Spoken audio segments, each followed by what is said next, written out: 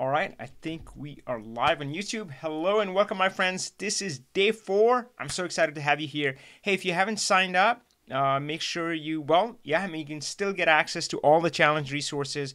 LearnPowerBI.com/challenge. Now, of course, tomorrow is day 5. That's a big event for our challenge series, and it's kind of a standalone event too. I'm going to bring it all together, everything that we have covered so far. And that you can sign up by going to learnpowerbi.com/webinar. And let's, if I hit the right button, that should put us live. Did I do that right? Okay, now we should be live on Facebook as well. If you're joining me on Facebook, I'm so glad to have you watching. Just, I'm not able to watch the comments there, so if you do want to interact, catch me on YouTube, youtube.com/PowerBIPro. I already saw some comments come in. So I'm glad you guys are there and you're waiting. Let's see who's there. So yeah, if you're there, just say hi. Let me know where you're calling in from or watching from. And yeah, it's always good to see some new faces, some familiar faces. All right, Alex Power says M is the best. Well, M is pretty amazing. But today we're going to talk about M and DAX. So that's an interesting. So yeah, this is the tweet that I sent out. And it's going to... I see it as a dance, and it's going to be exciting.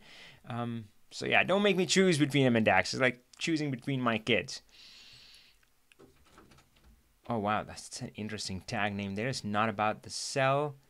I love that. Guy Johnson is not able to join us today. He has been a regular. He's the one who shared the win. So we worked with Guy Johnson on day 2, and day 3 he came back and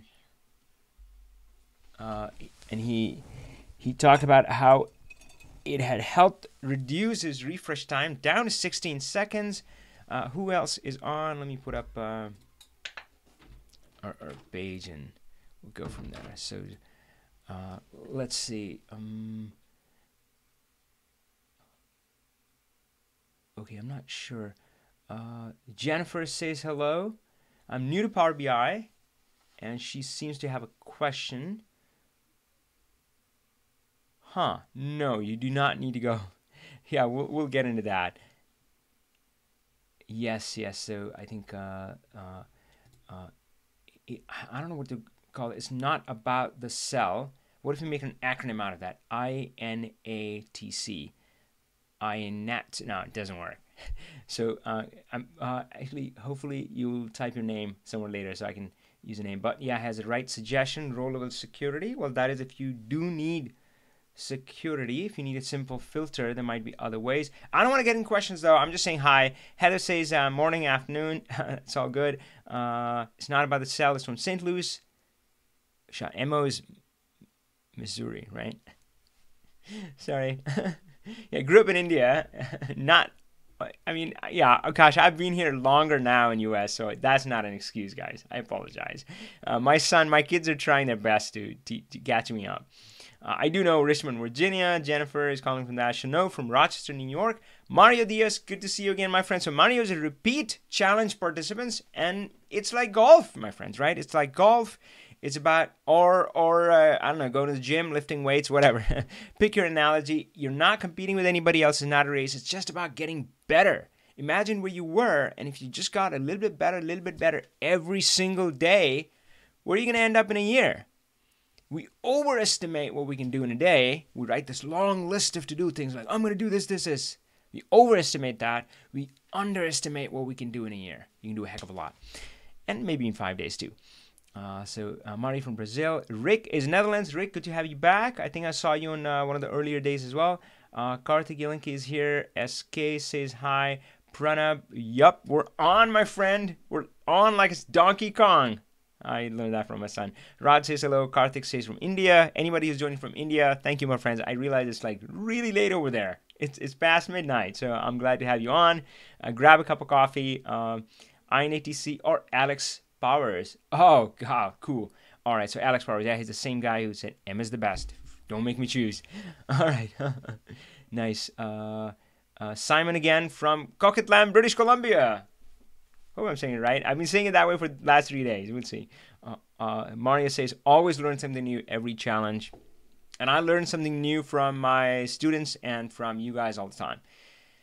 To teach is to learn twice. And that was taught to me, that phrase was taught to me by one of my students, Keith Nell. And Sam is, of course, here. Sam from Denmark. Sam shared a big news yesterday. He won the Power BI Global Hackathon Challenge, and he gave credit to me. That's nice of him, but I'm really happy any way I can support. Oh, gosh, great. Oh, he's filled up the survey. So, yeah, we got some cool stuff. So if you did sign up for the challenge, let's go over there. You're going to have access to the challenge information page, the challenge accepted page, and it's got some really cool stuff. For one, you have a chance to win a seat to my Learn Power BI course. And yeah, the doors are, I'm actually going to be, so if things go right, I want to announce the winner tomorrow on the day 5 call. And yeah, so guys, I am just about to open enrollment to my Learn Power BI program as well. Super excited. Lots of moving parts though, so yeah, just bear with me if I don't know, if you get the same email twice or something, just forgive me, just hit delete. A lot of craziness goes on. I have embarrassed myself countless times in here, but you know, as I said, we're getting better every time. Even as kind of as an entrepreneur, as a business owner, I've enjoyed that journey as well. So in a way, it's and you know, so I always say Power BI is agile BI. I've also tried to implement the same concepts in my business, in running the business, kind of minimum viable product. Like I wanted to run this challenge, and I mean, I made some things up as we went. Like choose your adventure, that wasn't a thing to begin with. I quickly realized we gotta have a mix of folks of wide skill sets. So yeah, it's all right. It's okay to improvise a bit. Keys to move forward. Oh, Jordan, if I'm saying it right, from Brisbane, Australia. What the hell is the time over there right now? It's not a proper time by any means, is it? I have no idea. I think I have Matt Allington, one of my close friends in Sydney, and yeah. So yeah, I would love to know what time is it. Nicholas from Hungary, Slovakia. All right, guys. I love having you guys on, and I love that sense of community. That's what this is all about for me. So let's get started though. And again, I'm going to kick it off. Monica Nange, hello from a fellow Husky. Yep, I'm a UW, University of Washington alum too. So let's get into day 4. And again, if you've followed along with day 1 to 4, let me just point out a few other things here. So if you go to learnpowerbi.com/challenge and accept the challenge, you're going to have access to this. And it's got the chance to win that I pointed. It's got the choose your adventure, and if you click on resources, it's got the complete playlist, right? The recap, and if you really want, you can just watch the recap, skip over, because the real sessions are obviously many hours long. So yeah, just catch the recap. They're just a few minutes and just gives you the highlights of what happened in that day, and then you can click on this, which is going to give you access to the document and files for everything that you see me sharing. This stuff, this file, that's the file you get access to, and it has all the live notes, plus it's got everything for, hey, what did you do for day 1, day 2, day 3, day 4, and I realize now that I could improve it if I added a direct link to where that was covered in the Q&A call. But I do have timestamps, like you can see here. On day 2, about 10 minutes 28 seconds into it, we started the real Power BI DAX. Cool. So yeah, you have all of those resources. Again, call in. We're gonna try that again. Yesterday you guys were a little shy. I'm hoping today somebody gives me a call using the phone right here. And yeah, don't forget the chance to win. Okay, I don't want to delay anymore. So the goal is I want to go to day 4. And guys, where did my Tango picture go? Oh gosh, what did I just do? Oh, there we go. Yep. I don't know how I deleted it. But yeah, I think if you ask me, it's a beautiful Tango. Oh gosh, it's a thing of beauty. M and DAX, you see them work together, and it's just and guys, if it's in harmony, right? If you're kind of following that easy path, not trying to swim upstream, go with the flow, my friend. Why swim upstream? Why do twist its arm and make it work like it's not supposed to? So I've done that. I mean, I would use Power BI like Excel, and I've seen others try to use it like SQL. No, just let Power BI be Power BI. Is this tango between M and DAX. So actually what we saw on day 3 was a lot of awkwardness.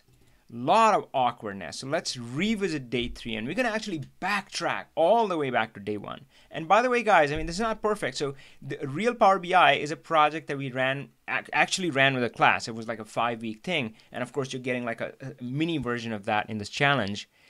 This is actually what happened. We went down a wrong alley and then backtracked and redid it. And I'll talk all about it. But let's talk about the awkwardness. And I'm going to show you where we ended up with day 3. And then I'm going to talk about something else. If I can bring that file up, just give me a second.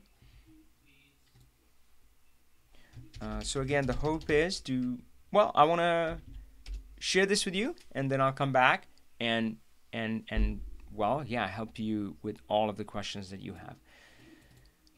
So if you've gone through the Power BI tutorial, which by the way is kind of a prerequisite for this one. So this was mentioned in the before you begin section, the Power BI tutorial, and you can find it on my channel, and of course you have links in here to get the download files as well. And this is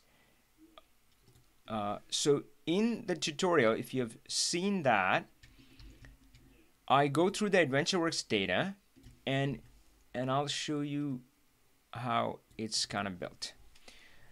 So here we have, let's grab sales, right? So sales, and let's do something like this. Oops, let's do matrix. And you start with sales, all right? But then you can slice and dice it any which way you want.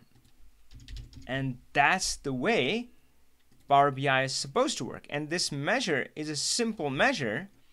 It's just a sum of sales amount. And that's how I like to run things, right? So here I can come and I can say, well, what are the sales by different territories? And just drop that in there. So I'll say that. So Europe and North America, fine. Show me the country, show me the region, and you know, I can drill through that if I need to, as I need to, right? So this is all of that stuff. Let's drill back up a little. Let's try this, right? So I can do that. I can grab the same sales and I can just slice and dice it, let's say by month. Or should we do month year, because it does have multiple years. So there we go. Now we see that, and of course we can visualize it any way we want, right? So we can do it this way, right? So I'll leave that one, and I'll do one more. We can take the same sales and say, show that to me by customer. I don't know, occupation. And there we go, right? So we take a number and we can slice and dice it any which way you want. So that's how I want Power BI to work. Kind of this elegant measure and slice and dice it any which way I want, simply by using the tables and the relationships. Simple as that. Simple is good, my friend. Now, if you realize that the day 3 was far from it. Day 3 was really awkward. It wasn't like this simple measure. In fact, oops. It was bits and pieces. It felt like these bits and pieces we were patching together almost with Band-Aid. So if you look at some of the formulas here, amount sales, what was it? It was batched together. It was like, oh yeah, go add this, add this, add this, add this. And then each of those were measures as well. So I'm just going to look at one of them, like amount services. Boy, yeah, that was really ugly, and we were doing this whole switch for cash and credit card. That's what we did for day 3. Even that seemed weird. Now, so let's revisit it, and we're gonna make M and DAX tango together and see how that's better. So day 3, the clumsy solution, I'll leave that to the side. And what do I have open? Let's go to back here, and I'm gonna start on day 4. And I don't think I need that. So day 4, you can start with the begin file. If later you want to follow along or try this on your own, oops.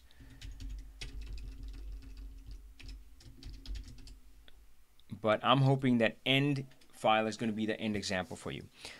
So let's get in there, and we're gonna start our journey in M. Now M is your kitchen. That's a query editor. That's the kitchen in Power BI. That's where you clean, shape, transform data. That's where, right, I mean, you scrape your potatoes and all that sort of stuff. So that's where we need to go. So let's look at the model really quick, and then go to the query editor. And we're gonna, yeah, just make it beautiful. How about that? Now, Salon Data, if you look at this, it's challenging.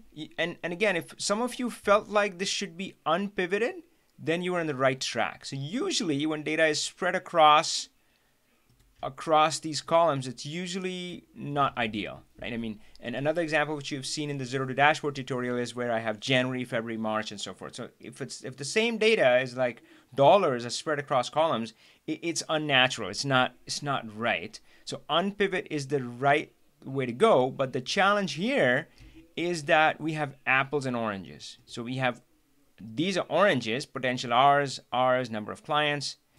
And these are our apples. Like, this is all dollar. I mean, they match up. I can add them up. I can add them up. I can't add that with potential R's. So if you weren't careful, if you were not careful, then you might do something like this. You might do something like this, where you would right-click here and just say unpivot everything else, right? And this is what you would end up. And now it's messed up, because again, you have apples and oranges. So these are your oranges, potential R's, clients, and then you have a whole bunch of apples, the dollars, and you can't sum them up. So now again, we can't add a simple measure, sum of amount. That's what we're going for, not this complexity. So this is not the right approach. This is not it, right? But unpivot is still the action. So unpivoting everything is not quite the solution. So what we're going to do is we're going to actually separate it. So let's say, I'm gonna just duplicate it for now, and we'll say, Salon R's clients. Let's go with that. And in this one, we're going to keep only the oranges. So I'm going to select date, potential R's clients, and just keep that, and remove all the columns. So that's my bucket of oranges. And now I'm going to go back to my Salon Data. And here's one thing that I wanted to capture first, though, before I make any changes. Oh, actually, I wanted to try one other thing. So sorry, ignore this. But if you go back, so we did try where you say unpivot everything else, and it is not very elegant. Another thing that you might be tempted to try is, fine, I'll select date, potential R's, and unpivot the rest. I'll only unpivot the dollar, but that completely messes things up, and I'll show you why. First, let's go over to our model. Is this a day 4? Yes, it is. And I'm going to capture the numbers as they stand right now. So if you go over here, and actually, you might not even need this. It might just be readily apparent what's going on. And I'll grab a screenshot of this as well. Screenshot. Okay. All right, ready? So you say, well, if I unpivot everything, it's problematic. I'm just going to only unpivot the dollars. So actually, I'm going to select this. So I want to hold these and unpivot other columns, and watch what happens with the potential R's. So earlier, I'm glad I did the screenshot. When I went in the data set and asked, okay, for January 2nd, what were the potential R's? It said 8, right? But now, if you unpivot it in that manner, I mean, you did end up with apples in this column. So this column is clean, and you can actually sum it up and get the right number, but it messed this up. Now, if you look at January 2nd, potential R's, well, it's 8888, right? So it's 32, and similarly, the other ones are messed up too. So that's the challenge you run into. It doesn't work. So that approach doesn't work as well. So we've tried two different unpivoting approach, and I'll come back and try to do the right one. So what we did first was separated the oranges. So now I'm showing the solution which I actually want to implement. This is a good example. So I separated the oranges, and then here, now I have the oranges already. I can delete the oranges. You see where I'm going with this, right? So just remove these, and now I have only apples left, and now I can easily unpivot. Now we're ready. So now we're going to say unpivot columns. Oh, wait, what? Oh, sorry. Unpivot other columns. I didn't want to unpivot date. So unpivot other columns. And now we have a simple one. And guys, if it's okay, I have a cheat sheet here. And let's see. So this one is, I'm going to say, call this one amount type detail. And you will see I'm still dancing on the M side. Well, Tango is well, I don't know. Yeah, we're still in the M side, and we still got a little more of cool stuff left here. So let's clean it up. Amount type detail. This one I'm gonna say is amount. What else? I can change this to kind of a fixed decimal, dollar. So I got that, and then I'm gonna add some more columns. So I'm gonna say custom column. And I'm just trying to clean things up, and let's see, amount type, and here I'll say if amount type detail equals expenses, let's do dot starts with, is that a function? Starts with, begins with? We'll find out. Otherwise, we'll go to Google. It's all right. If this begins with expenses, then it is expense else income. Let's try that for size. Hit OK. Ah, perfect. It did work. So expenses, we marked that. Everything else is income, expenses. Cool. So we have amount type detail. And what I'm going to do is add one more custom column, like payment method type. Payment method. Oh, just payment method. And I'll say if amount type detail equals cash. Oh, I should do the same thing. Text dot starts with amount type detail. If it starts with cash, then it's cash.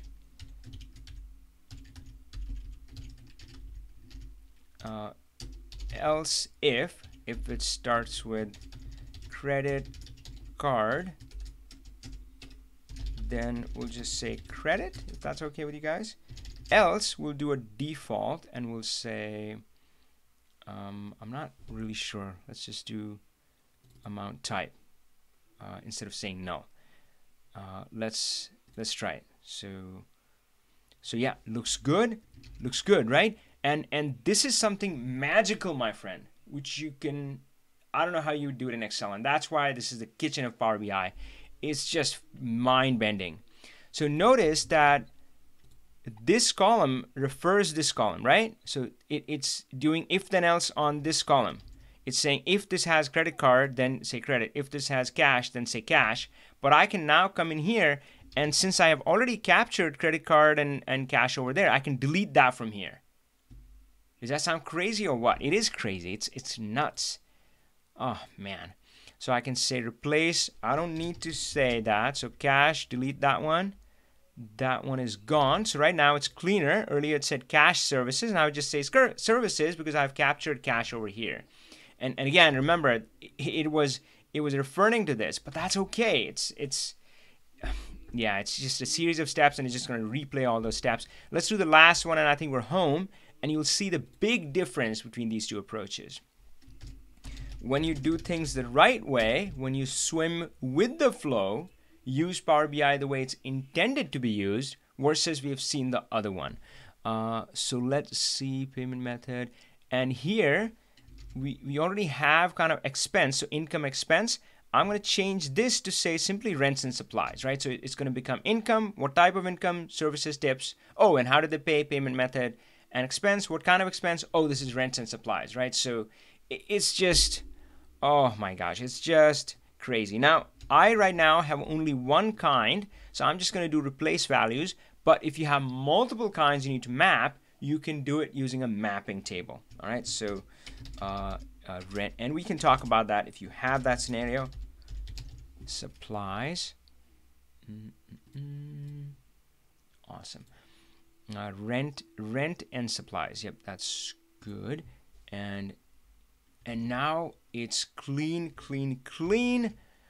Oh, I feel so happy, and I feel clean. I feel relieved.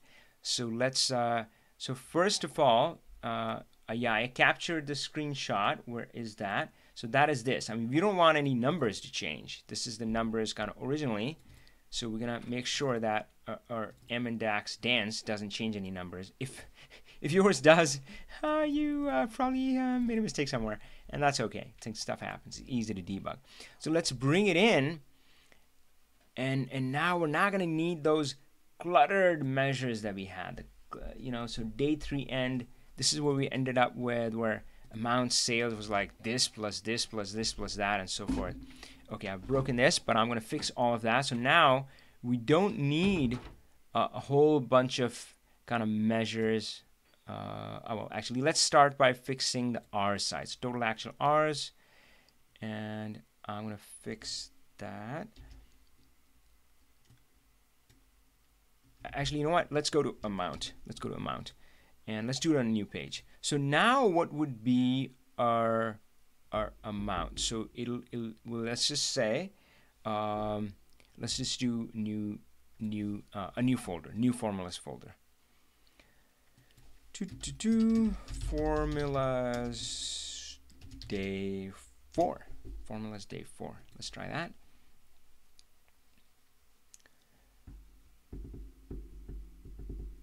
Formulas day 4, nice. And let's do new measure, and we'll say, let's just say amount equals sum, and I've forgotten what I called it. Sales, Salon Data. I think it's just amount. That's it. I mean, feels too easy, right? Modeling, currency, auto. And I'm not a huge fan of these dotted lines. I'm going to turn that off. Okay, cool. So now let's just bring in amount. And earlier, remember how we had to like define a measure for everything? Amount services, amount tips, amount expenses. Why? I mean, we don't need that. We have the magic of DAX. And if you do things right, it's super easy. So now it's like, oh, you have an amount, and it matches kind of the total one, right? Which, where's my screenshot here? So it's matching the net income because it's taking the sum of everything, all dollars. Takes the sales, removes the expenses, which are negative, and net income is 21,364. So we start there, but then we can slice and dice it, oh gosh, to our heart's content. So I'm going to go to Salon Data, and then I'm going to say, well, okay, show me by amount type, please. And now I see, there we go. Income, expense, and of course you can custom sort it so that income always shows on top. But let's try this. So income and expense, it's showing that, right? So that's our first level. We can add in an amount type detail, and now we see the next level. It's like, oh, look, you have. Let's try this. Can you double click? How do you drill up? Okay, cool. So income, you can drill down and see. Yep, income is coming from retail and services and tips. And of course, we can do the same thing in expense. That's just rents and supplies.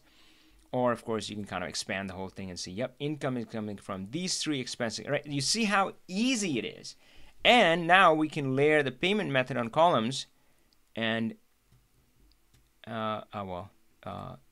it's a little confusing because we're showing income and expenses. But let's maybe try less of it. Let's try this. Let's just try one at a time. So income, you can see that, yep, we have retail, services, tips, and you can see services, where it's coming from cash, where it's coming from credit, tips, where it's coming from cash, where it's coming from credit, and of course retail, it doesn't have a cash or credit, so that is off to the side. If you go for kind of expenses, that one doesn't have cash credit, so it's just kind of expense. But essentially, this is the world you should be living in, where you have like a simple measure. Let's go back to our AdventureWorks model. Sales amount, budget amount, that's it. And you can slice and dice the heck out of it. That's the tango of MN DAX, my friend, right? So we went from something that was really convoluted and weird, and we have this thing beautiful. So let me tell you the story of the real Power BI project. So like, if it's okay, I'm going to just take 1 second to share that with you guys. So I'll show you. So of course, in our class, we typically meet 2 to 4 times a month. It ends up usually being kind of weekly if we do end up meeting 4 times. And we do fun things like this. I mean, of course, we have a Q&A call, but then we ran this one, and we met every week. The class worked on projects. Different people ended up focusing on different aspects of it. Some focused on data entry, and we did an end-to-end solution for it, by the way. This was not a bloody proof of concept, like, oh yeah, this is my model and here what it looked like. No, this was a real model which Kimberly Marie is going to use, and not just that, she's also a business coach, not just a hairstylist, and she's going to turn it around and share it with her coaching clients as well. So we met every week, and we discussed, oh, let's do this, week 2, week 3, week 4. So the dance that I'm talking about, I'll show that to you. Dance, come on, dance, baby, dance. So salon income. So this was a result kind of on week 4. And we built this based on, of course, and it's like peeling an onion. We didn't get this from day one. We had a lot of other ideas, of doing things. But based on our feedback, we got to some result. And that was fun. That was an adventure in itself. But then what we did was nothing changed in the report. Nothing at all. If you ask Kimberly, do you see any updates? She would say no. But under the hood, we completely transformed with this dance where we made things super duper easy. All right, cool. So you're going to have the day 4 example. Let me make sure I save it. Day 4. It says day 4. Nope. Day 4. Here it is.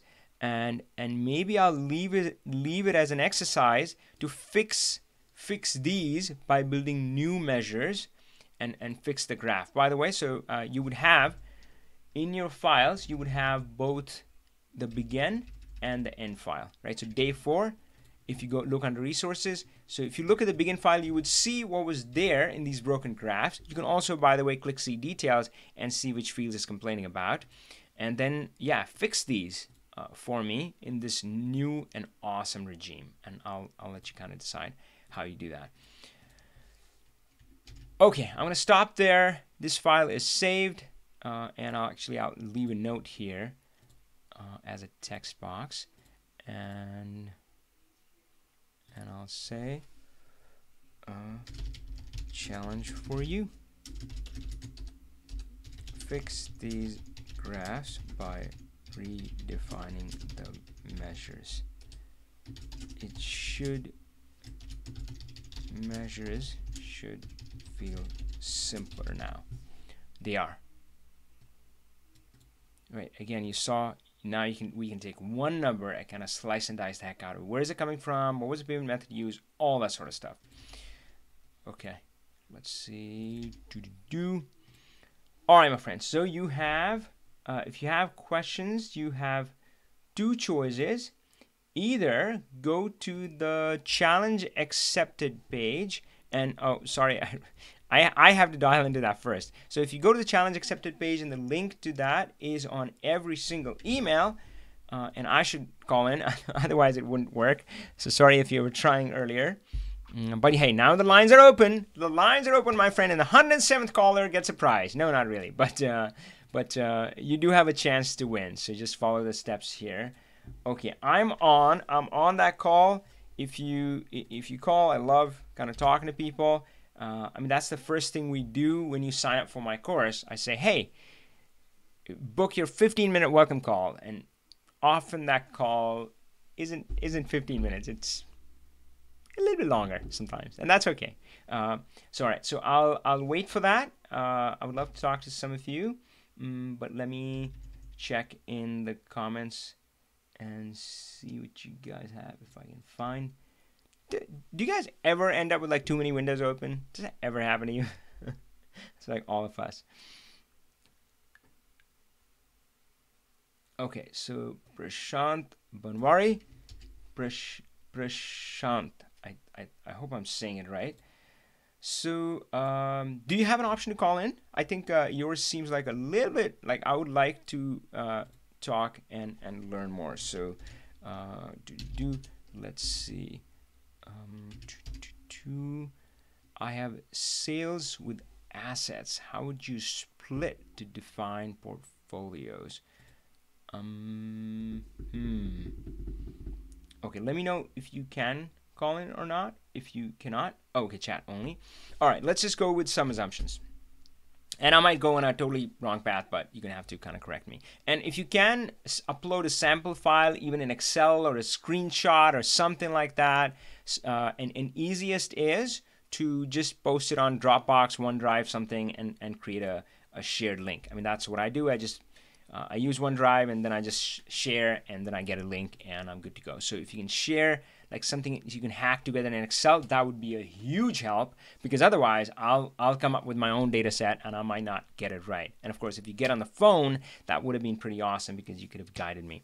But no worries. So let's try 45. We have Prashant and he's saying, I have sales with assets. How do you split them? Let's see. Got it. And what is this thing? Oh, what? I have no idea what that is.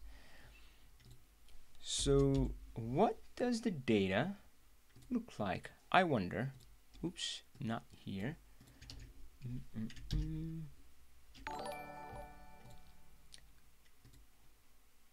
All right, Arthur, thank you for subscribing, my friend. Arthur. Okay, cool. So you said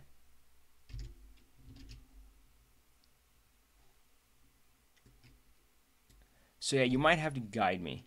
And I have sales with assets. So if you have sales, you certainly have date.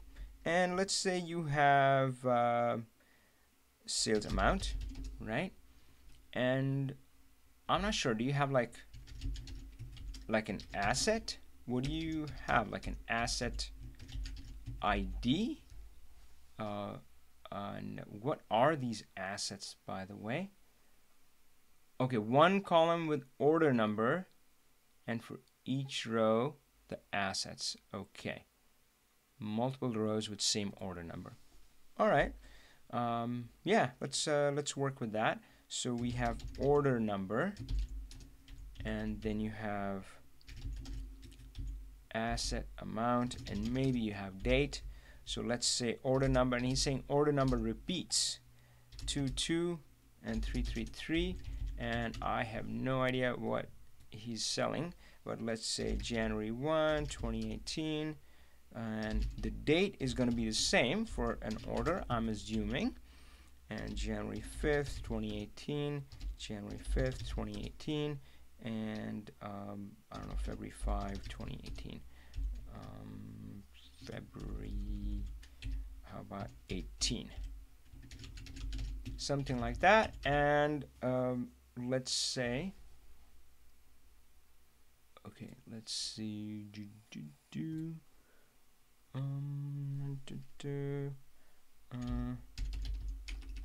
I was gonna, I'm not a huge Monopoly fan, but I thought we could use that. What? Oh, dang it. Come on, no good Monopoly images. Ah, there we go. So what do we have? We have King Cross Station. King's Cross Station, and you have different assets, I imagine. We might run out of this. Oh heck, let's just we can do something simpler. whatever. Let's just try fruits. So apple, right? So that's one asset you're selling, and you're selling orange and bananas.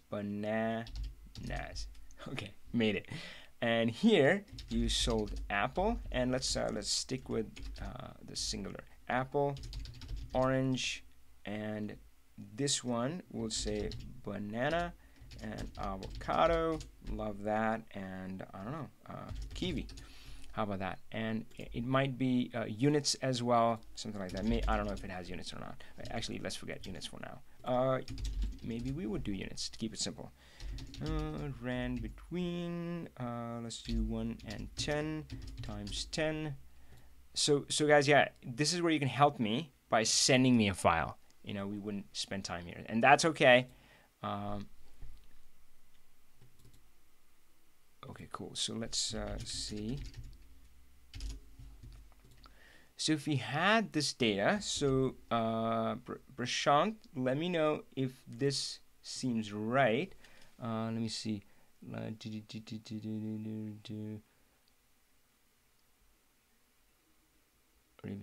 indeed, okay. Okay, I didn't realize that. So Rod is saying the files, it says incompatible. So I have installed the Power BI from the Microsoft Store, and what that does is it updates it automatically. So, oops. So well, yeah, I mean, obviously if you're using Power BI regularly, that's a good way to go because you don't have to worry about updating it. Okay, I don't know why I didn't find it, but yeah, you can find it in the Power BI store. All right, Prashant, so looks like I'm on the right path. So let's go desktop. Let's open a new one. I have 1, 2, 3, 4, 5. This is my 6th desktop file. I should close some of them.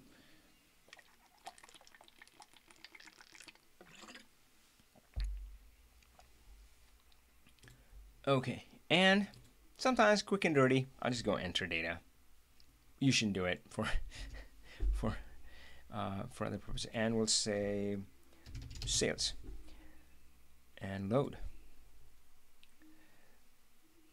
So Prashant, this one is, it could use a calendar table. Anytime you have a date column, you must have a calendar table. And of course, I've talked about it on pretty much every single day in the challenge. If you go on my channel, it's right there, the Ultimate Calendar playlist that talks all about it. I love calendar tables, but let's bring it back here. Was this it? Nope. Where was my untitled file? Here it is. So here in the data, we have the data as we entered. Now we're gonna add a calendar table, just just for the sake of it. And the ultimate table is so easy to use. You just copy paste it and you're done. And we're gonna load that in.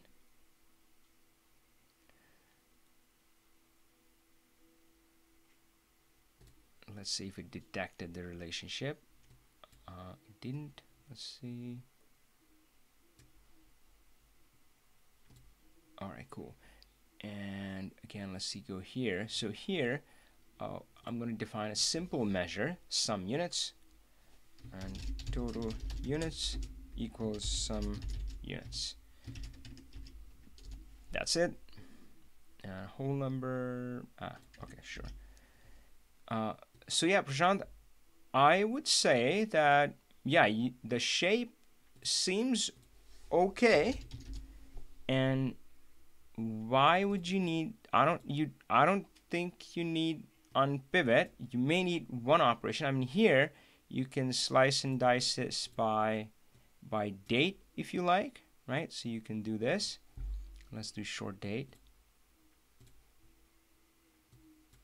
You can take the units and you can say, instead of by date, show me by asset, right? So I can see the apple, avocado, right? So whatever asset, you can slice and dice it by that.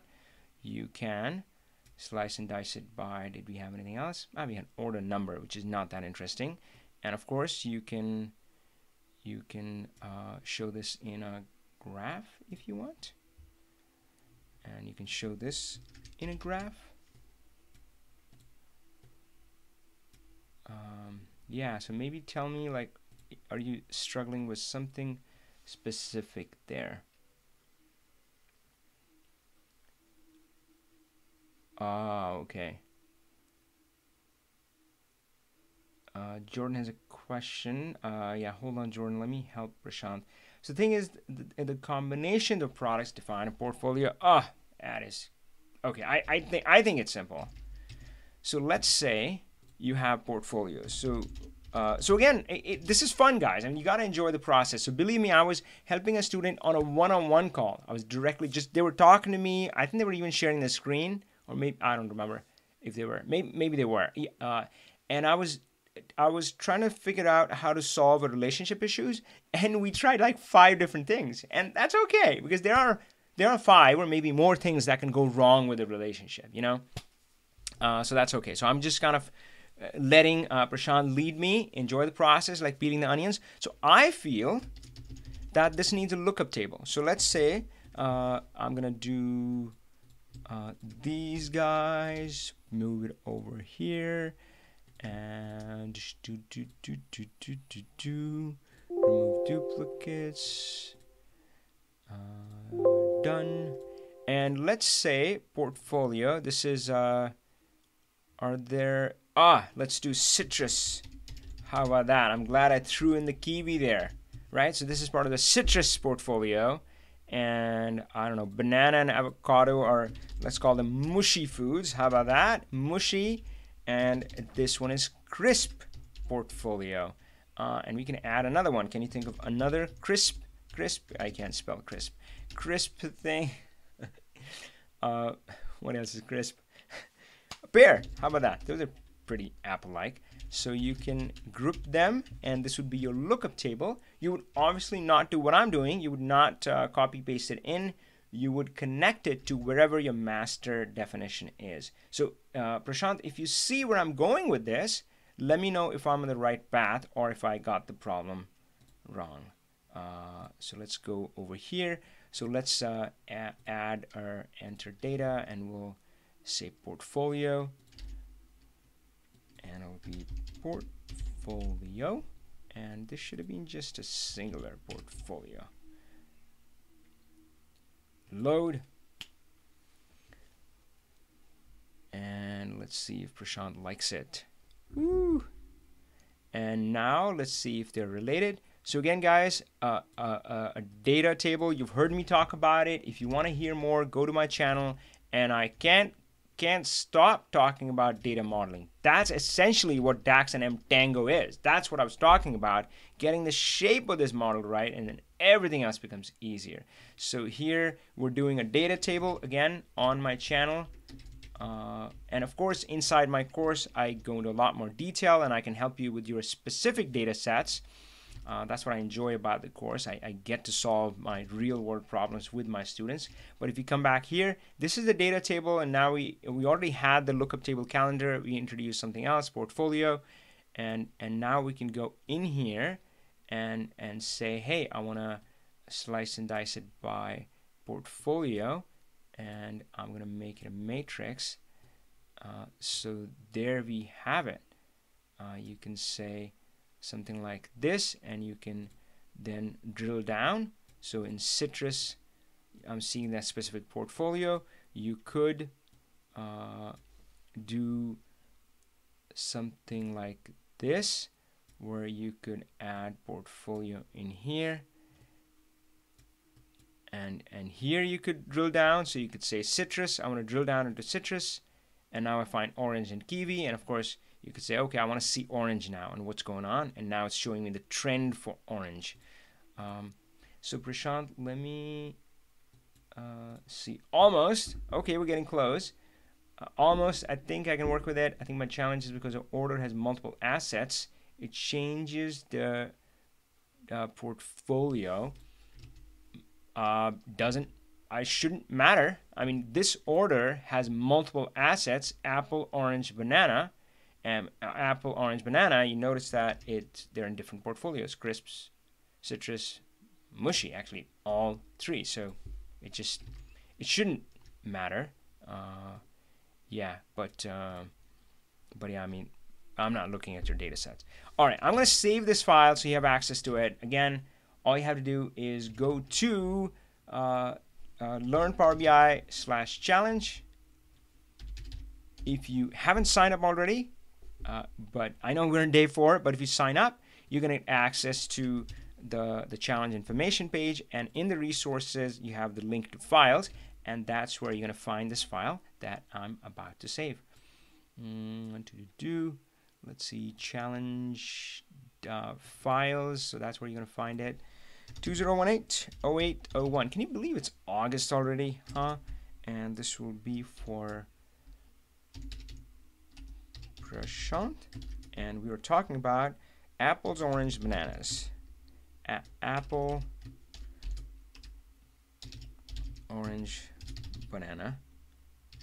Okay, fine. I'm going to name it portfolio and assets. Portfolio and assets.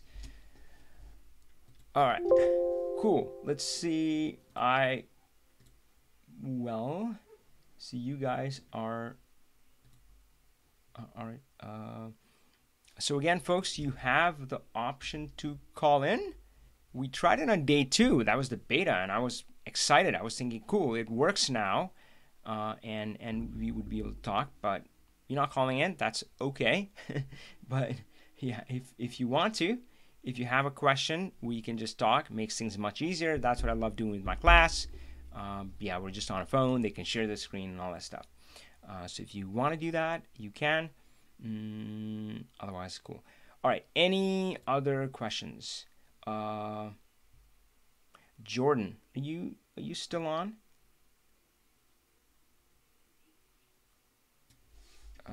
Yeah, let's try this one. Yep. Okay. Awesome. So let's take Jordan's question. I'm going to delete that, and we are here. Let's go 005225.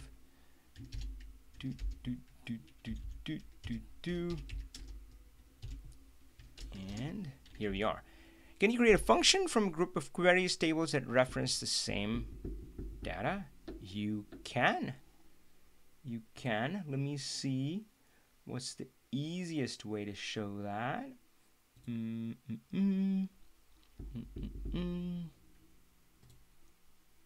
Let's try this. So here we have a calendar table. Now this one unfortunately doesn't use the ultimate calendar table, so I'm just gonna swap that in. Yeah, so it took me a while to discover the ultimate calendar table. Well, not discover, create it for myself. Now, of course, right, so before that, I used different approaches to the calendar table.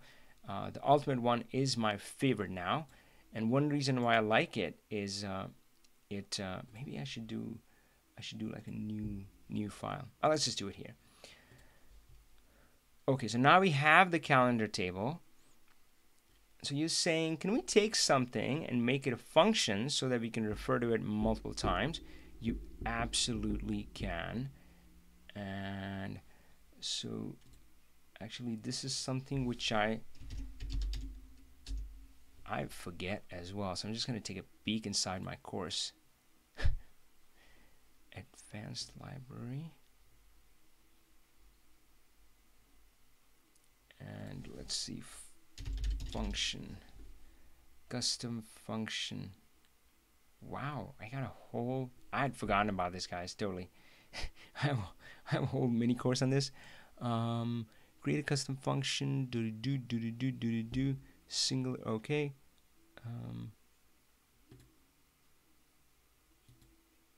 It doesn't seem in order.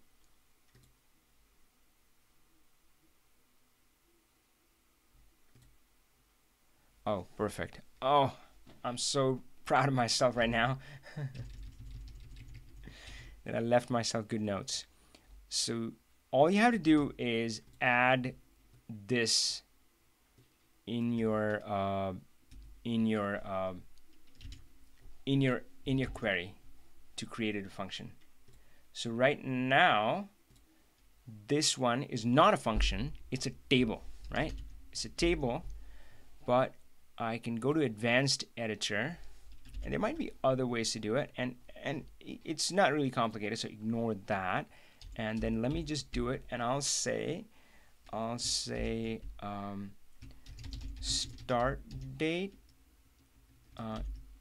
input start date, input end date. Right, I'm just following what's in the lesson. Just use this, and then of course I have to use the parameters passed in. So I define input start date, input end date, and then what I'm going to do is where I have start date, I can say use input start date, and where we have end date, I can use input end date.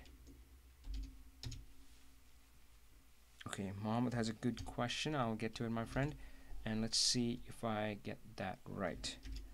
And oh wait, what is the error? Oh, comma. Definitely need commas. Done, and now it should change. So now it's a function, and I'm gonna change fx a function calendar. I don't know, function calendar function. How about that? So now it's a function, and now it's flexible. I can call it multiple times. So this is not a realistic scenario, guys. Do not try this at home, okay? This is just for demonstration. I define a function and I'm going to use it multiple times. That's it. Don't do what I'm doing. So let's say I invoke the function the first time, and I say give me 1/1/2017 to 12/31/2017. Fair enough? And I just say invoke, and notice that it created it. So now I'm calling this function, and look, if you look at the source, it's just kind of calling this function, and that's it, right? So 1/1, and you can see I'm getting all of these dates, 365 of these, and I'll call this calendar 2017, right? So I invoked it once. I can go back and kind of invoke it again. Oh, I'm going to show you something which is going to blow your mind. I mean, it did blow my mind. Or I don't know, maybe you would be unimpressed. I have no idea. But oops, what happened? What did I do wrong? I don't know what I did. Let's go back and invoke it again, and this time I'm going to get the 2018 and 12/31/2018 invoke, and now I got a calendar 2018. All right, ready? This is going to be big, guys. I don't know. I mean, if you're like, oh, no, I mean, this was nothing. In my world, this was huge. What about this? What about this? Oh, boy. What if you said, give me 2016, 2017. How about this? I don't know, start and end. And we'll say 1/1/2016 and 1/1. And again, totally fictitious. It doesn't make any sense. I'm just showing you how this thing is used. You would never actually use it this way. And let's do 1/31/2016. You probably already see where I'm going with this, right? So 1/1/2017 and 1/31/2017 and 1/1/2018 and 1/1/31/2018. Do you see where I'm going with this? Calendar list. Did that work? Okay, guys, let's do this. Add custom column, calendar invoke, and we'll say calendar function and start, comma, end, and hit OK. Oh shoot. That should have worked. I can't remember. Calendar function, what is hash?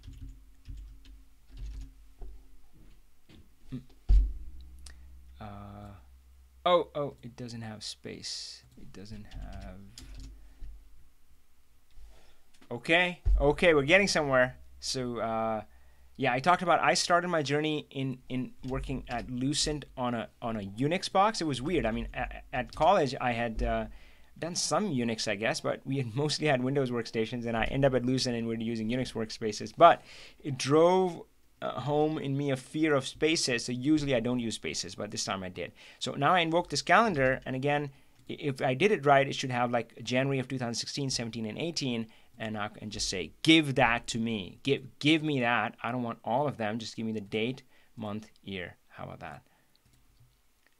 And now I got 31 times 3, 93 rows. So yeah, you can kind of invoke a function in a column. Oh man, cool stuff, right? I mean, I'm sure you can find like a practical use. Don't mess around with the calendar table. Cool. Let me know what you think about that. Let's go close and apply. I wanted to save this as well as an example of functions for who's asking that? Jordan. Okay, cool. Let's see. Mohammed.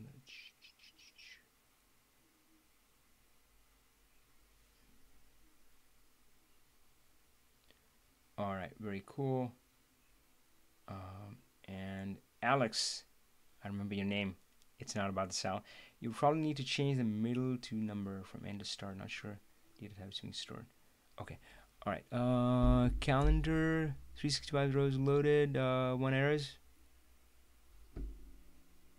Oh, calendar 2070 is not happy. All right, ignore that. And let's just. Should I save it? I probably should. Let's delete some of this stuff.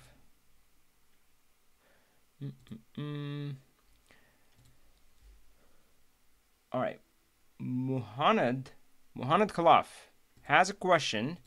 He's asking, what is the difference between calendar table and DAX or M? How would it improve dashboard speed and smoothness? So yeah, I mean, so guys, I'll let you weigh in while I tinker around with this file. What do you guys think? Is one better than the other? Is it? Which approach do you prefer and why? I have my hot favorite. You can probably guess, but yeah.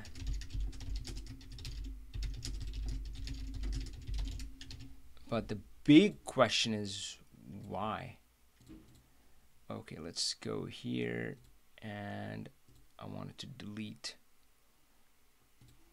some of this data. Come on. No. I should have just done a, oh shoot, I should have done just a new file. We can still do that. Let's do, oh, okay, fine. I'll just save this one. It has some extra stuff, but you can find it.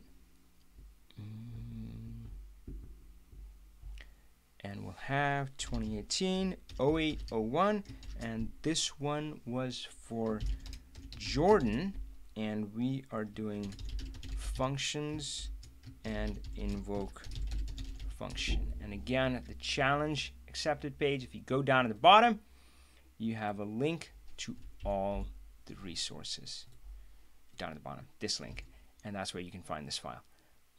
Okay, cool. So let's stop that. And Alex is saying, I've yet to find enough material on the subject.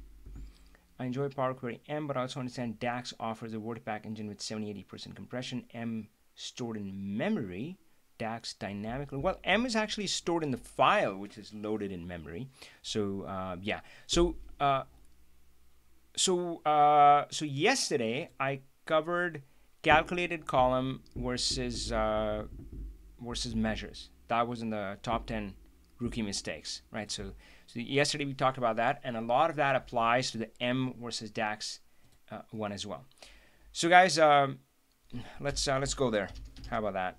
0444 is one of those classic discussions, but it's fun. It's an adventure, right?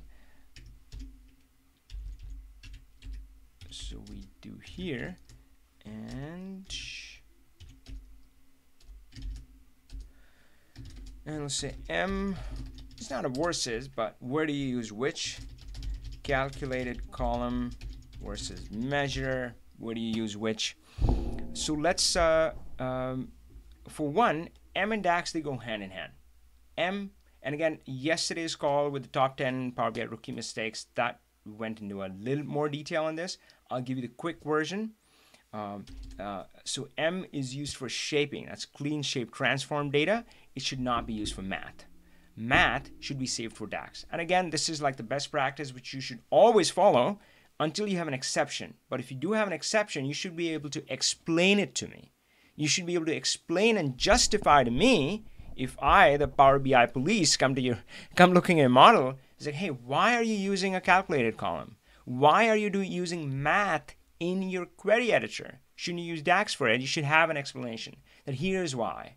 Here's the trade-off. I did consider that, but I decided that this is what's going to happen and blah, blah, blah. So there are some scenarios, but they're edge cases. That's not the typical ones. So by default, you should be like, M is for shaping data. I'm not going to do math there. DAX is where all the math lives, right? So that's one.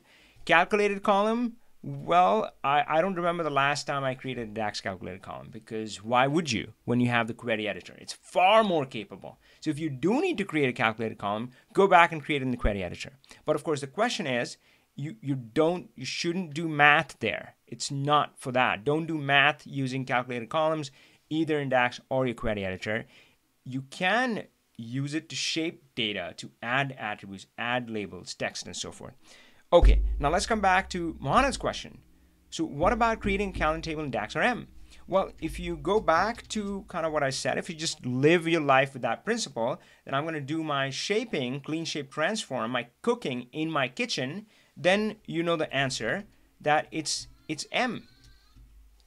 And of course, that's why my reason is that the calendar lives there. So I'll show you my calendar, and you'll see how it is built. Oh, we have a caller. Oh my gosh, Sam. Hold on one second, Sam. Let me finish this thought. This would be so cool. So guys, if you look at the calendar, there's a lot of richness here, right? I mean, there's a lot of rich stuff. Can you do it in DAX? Perhaps, but I feel it's much easier to do it here. And yeah, so you in the kitchen, you have all the utensils there. Why not do your kind of cooking there? So if you're prepping data, preparing it, so I would strongly suggest doing it in the query editor, where you would have the most flexibility. That would be my advice. And we got our caller. Hey, Sam. Oh my gosh, have you ever talked before? No, never. Awesome. So you're in Netherlands, right? No, it's a country, it's Denmark. It's a Nordic region of Europe. Okay. Man, so I know we have a kind of swapped messages a long time.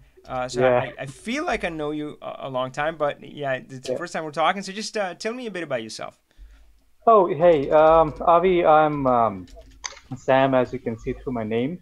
Well, I was working with business intelligence pretty much with VSTS, SSIS, SSAS, cubes, and all that. Uh-huh.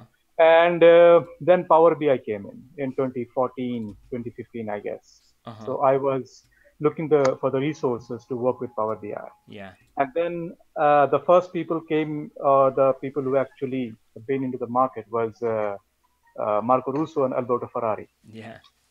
And their book analyzing SQL Server and Power BI, the pinky color, was quite good. And I bought that book. But I needed someone who can come up front and give us the insights. Then I followed Reza Rad and Guy in a Cube, and then Sam McKay. Yeah. But all of a sudden, you came in, Avi Singh, and you came with one single video for like 3 minutes about. And I saw, okay, wow, Avi. And then I followed up. So today I have almost 30 GB of your data. I mean, your collection of your Wow. videos and this thing. And because of you, I reshaped my future, and I won the global hackathon. Oh gosh. That What a was story. conducted under Denmark Power BI user group, first in the world. We competed alongside with Portland and with Athens, Greece. So with three, actually, out of these three, we were the winners because your particular one single insight, Avi, Uh-huh. that before doing anything, just ask the questions where, why, when, and how, Yeah. and bring it to one single, this thing, tables. That Yeah. was, Yeah. and Oh, then great. because of your help, I use my WhatsApp and my local meetup group in Denmark. Yeah. That's great.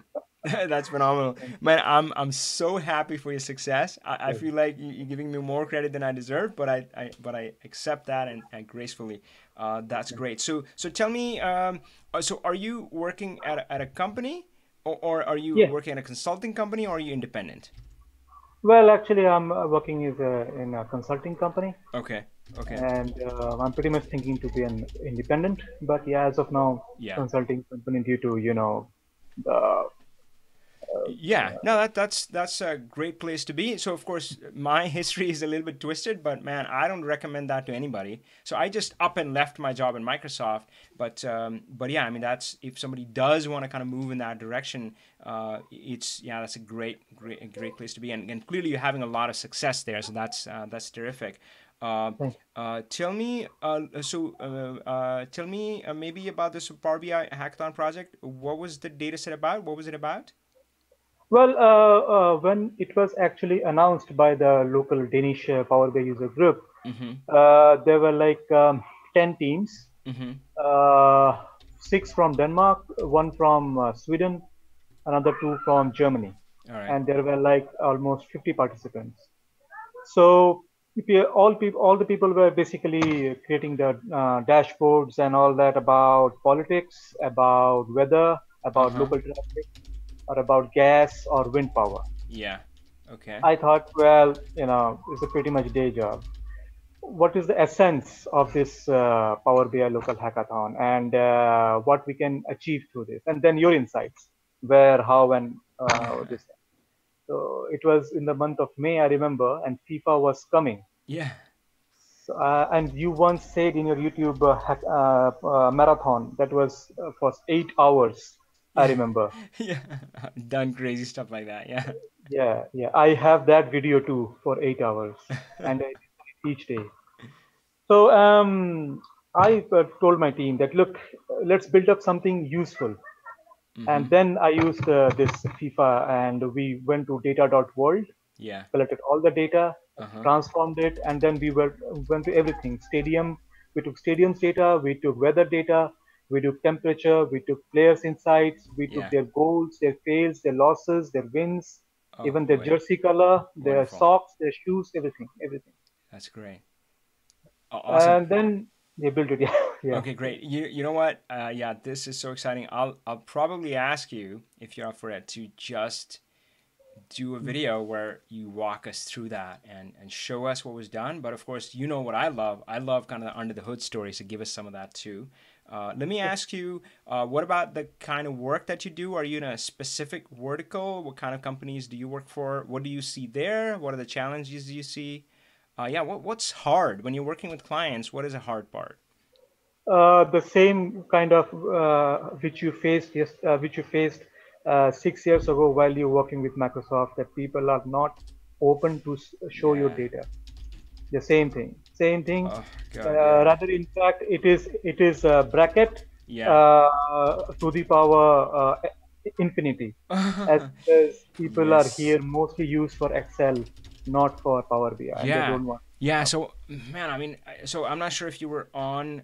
I think yesterday we were discussing it with Guy Johnson, and Yeah, he talked about how people they're essentially afraid they're going to lose their job to Power BI, which yeah, is yeah, yeah.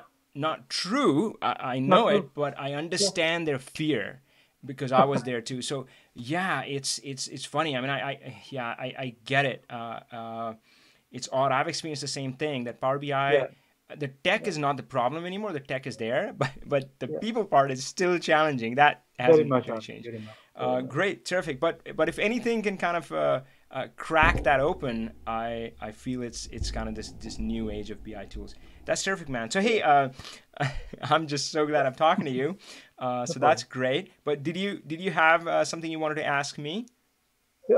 Yes, Chief. I have two questions. Yeah. First is about the, this. You mentioned in one of your webinar Uh that huh. Mike Carlo, which is Power Yes. BI for tips. Oh, amazing Uh, guy. he, yeah, he's awesome. He's really Yeah. awesome. The dashboard layout which he Yes. actually created, how can we fit into our, into our environment in Power BI Desktop? And Uh. second question Yeah. is that the M language Uh which you're huh. talking about, right? Okay, Yeah. we need to create it through VSTS using uh, Power Query as an add-on to the VSTS, and then we use the add-on to create a data connector. It is actually creating a problem that the new Power BI, when it's get updated, it throws an error. So how to counteract Uh, that? okay, yeah. I doubt I can. Man, you're pretty in advanced terrain, so that's Yeah. great. No, So no, you're Avi, no. using Visual Studio Team Services. So you're using a Visual Studio project. You're building this for an deployed on either I assume SSAS Tabular or Azure Analysis Services. Is that right? Is that No, no, I simply use VSTS as a as a component for Power Query, and then I use a small one data, and then I took that data connector and applied it into this M function in Power BI. But it worked perfectly. I got the yeah? custom data connector, but then Oh, this okay.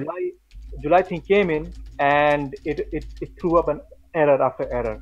In fact, I posted Yeah. the same thing into Power BI, local group as a question that how can I resolve this error? If it happens, they can also solve it. Yeah. Well. Yeah. So if you haven't gotten a response there, the best I can offer is I can ping those guys through my MVP alias, and sometimes, well, usually actually they're pretty responsive, so I can check with them, see what's going on. As for Mike Carlos stuff, let's check it out, guys. So yeah, Yeah. that's you heard Sam mention a lot of folks. There's a lot of expertise in this area, and frankly, I love that, and really, it's great. I mean, there are so many people you can learn from. I have my flavor of learning and so forth, but there's tons more. So let's go to powerbi.tips, and I haven't used that much. So he has two. One is a theme generator. So is that the one you're using? Theme Yeah, generator the or the theme, yeah, theme desktop generator, layouts? yeah. I And think you layouts, mentioned okay. layouts. Yeah, layouts, yeah. Yeah. Uh, so Yeah, let's this see. one. So yeah, I haven't worked with this in a while. So tell me, if I like a layout, do I just download and use it? Is that how it works? The first one, yeah, I mean, the first one is fine. Just a sample. Okay. Oops. Download now. Basic layouts.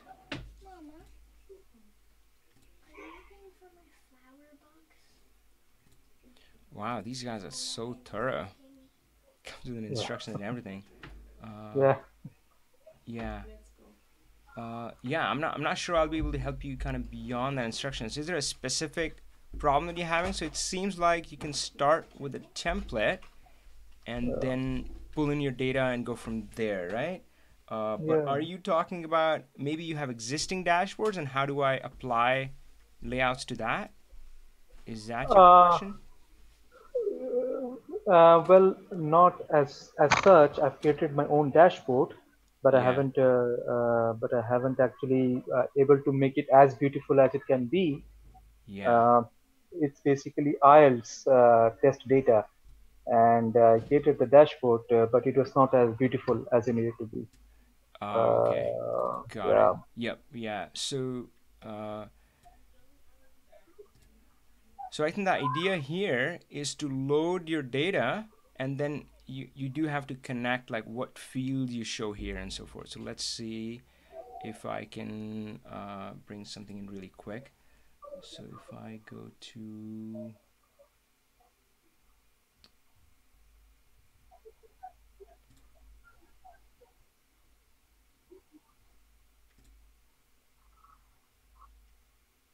let's go this one. Mm.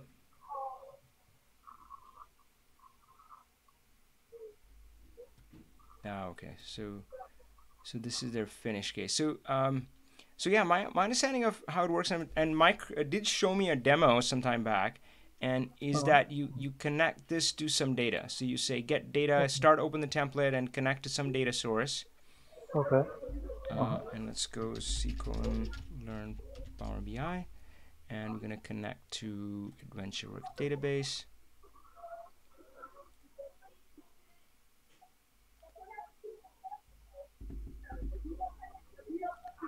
Customer, products, sales, territory.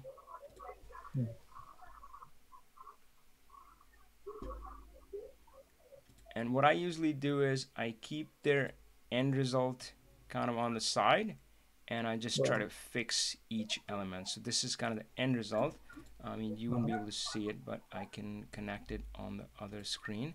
And then I can go back here, and here, oops, what happened here? I thought I had brought in more tables than that. Oh, sales is not happy. Oh, weird. Let's try it again.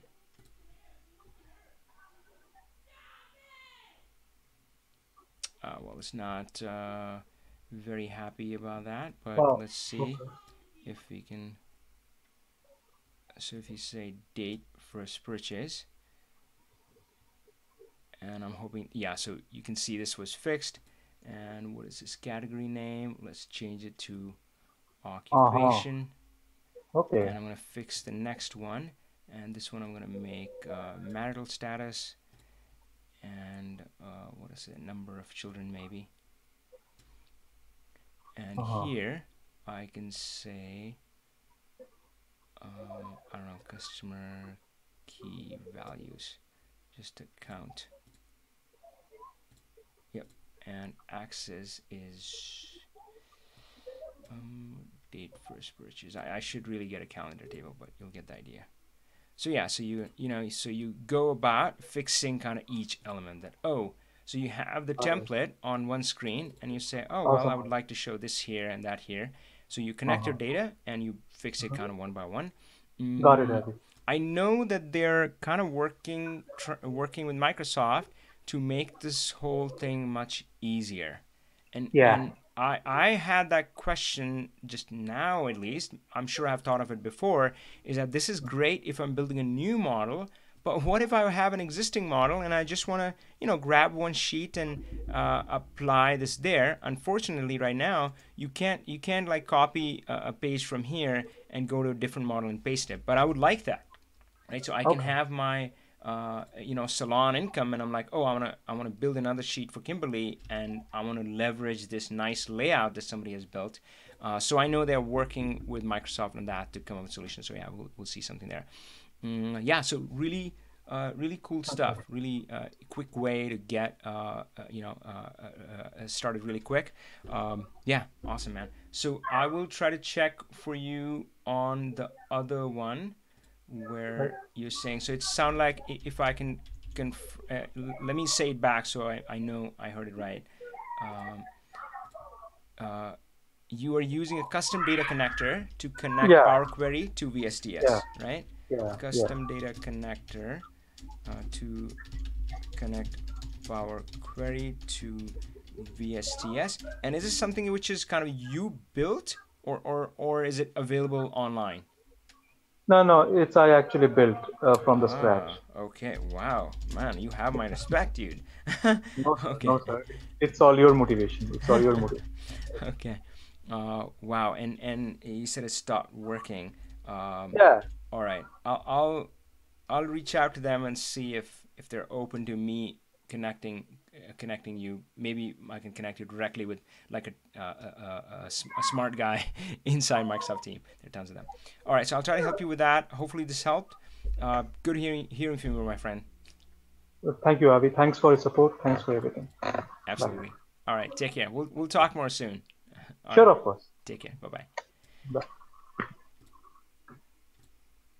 Whew, guys, that was epic, right? Oh man, I've hung around with Sam for so long. It was really good to talk to him, and we'll have him back. We'll have him back to showcase us his work for the Global Power BI Hackathon, FIFA, and yeah, I'm very interested in how they built it under the hood and the process they took and so forth.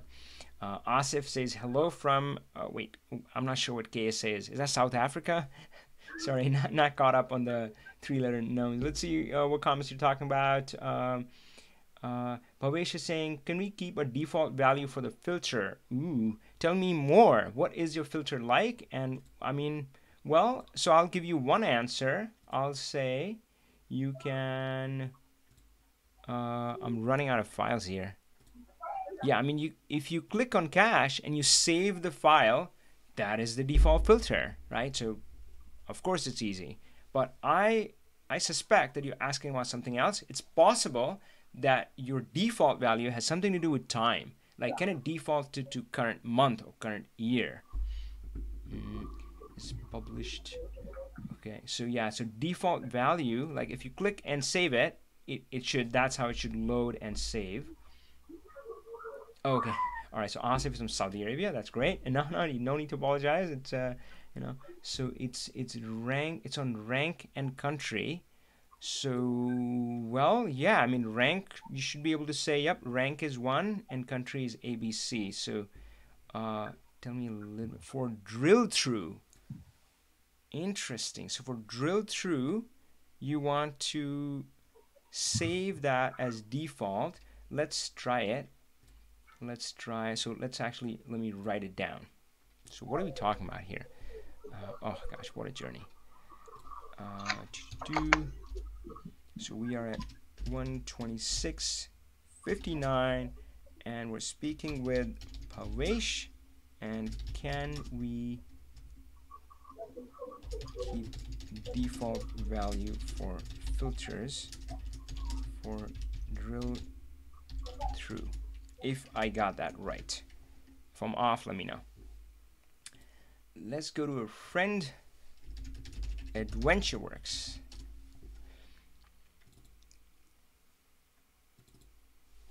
All right.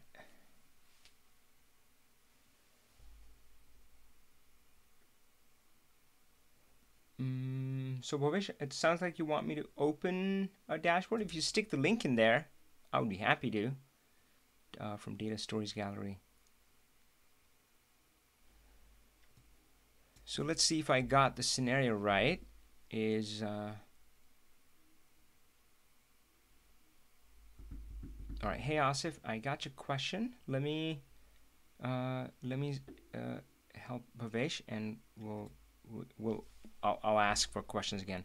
So if I filter it like this, or let's say I filter it to accessories, and I save this, does it remember that or not? I don't know.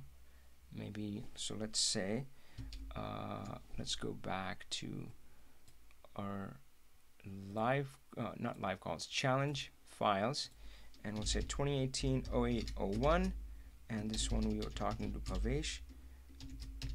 Remember filters. Oh, it's not letting you paste the link. Okay, I'll try. So I feel this is what you're talking about, that you have a specific drill down in here. I chose accessories, right? And if we open the file, does it remember that? That's the question. So if you go back and I find the file that I just saved, I would expect it to remember. But if it doesn't, boy, I would be a little stumped. I'm not really sure if I can help with the drill through part. There's a lot of stuff you can do with kind of slicers and page filters and visual filters, but yeah. Okay, cool. So so guys, I will be truthful. I'm not always able to respond on email just because of the volume I get. That's why I come in online. I hang out as long as you are asking me good Power BI questions, right? So Sam was mentioning I've done crazy stuff where I went online for 8 hours, and you know, I'm really not even tired. I'm sometimes, well, I'm kind of exhausted and elated at the same time. So can I find it here? Mm, community. Oh, okay. Let's try it. Does this work? Global World Peace Index. So let's check back into our filter. So Bhavesh, so what I noticed was when I was filtered to accessories and I saved the file, it did open it with that specific drill through. So the drill through didn't change. But let me see if you can guide me to, and you can call in. Oh wait, did I ask you already? So again, if you are part of the challenge, which you should be, right? It's okay. It's still, you can still join even if we're in day 4, because the challenge accepted page, information page, has all the information. So Bhavesh, I may have already asked you. So okay, got it. No mic. All right, no worries. So Bhavesh can call in, but let's see if you can guide me. So here, why wouldn't this help you? So if you want a specific filter, save the desktop file as that and publish it that way, and then that's how it'll show you. So tell me why that doesn't help. Top 3. I mean, yeah, top. I mean, it saves. I mean, so you already seem to have a default, right? I mean, the default is 3 in 2018. Do you have a drill through? I'm not sure. Drill through, is it on second page? Yeah, guide me. Tell me which one am I supposed to be looking at?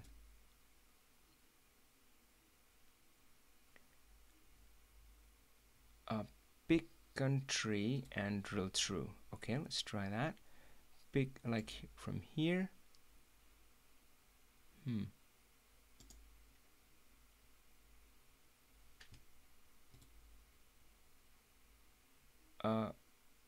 Wow, actually I realized drill through. So I picked a country and I say drill through. So I go to Syria. Good, I'm there. Oh, on the same page? Well, I'm not sure. I'm not sure what you mean. Drill through page on the same page. You can do a report page tooltip, which shows it off to the side, but it's gonna like, what does it mean? I mean, drill through is a separate page. Sorry, so I wish you had a mic, we could just talk. So drill through, that's how it's kind of built. On the first page on the bottom, well, then that's a different report, right? So that's a completely different report. That's not drill through. So you define, so let's say, let's delete this one. So I want to give, imagine, let's just do countries, all right? So let's go in here and we're going to say country, all right? Just like your scenario. So I have all these countries here, and let's take variance out. Let's just do sales. So we have sales over there, right? Should ignore the title. Let's turn off the title. And you're saying, I want to click United States and see the details down at the bottom. Well, then put the details down at the bottom. So now I can come in and I can say, for this country, I can say, what are the top regions, right? And for this country, what are the top products? What are the top customers? And now you click on United States and you have detail about, oops, that didn't work. Hold on.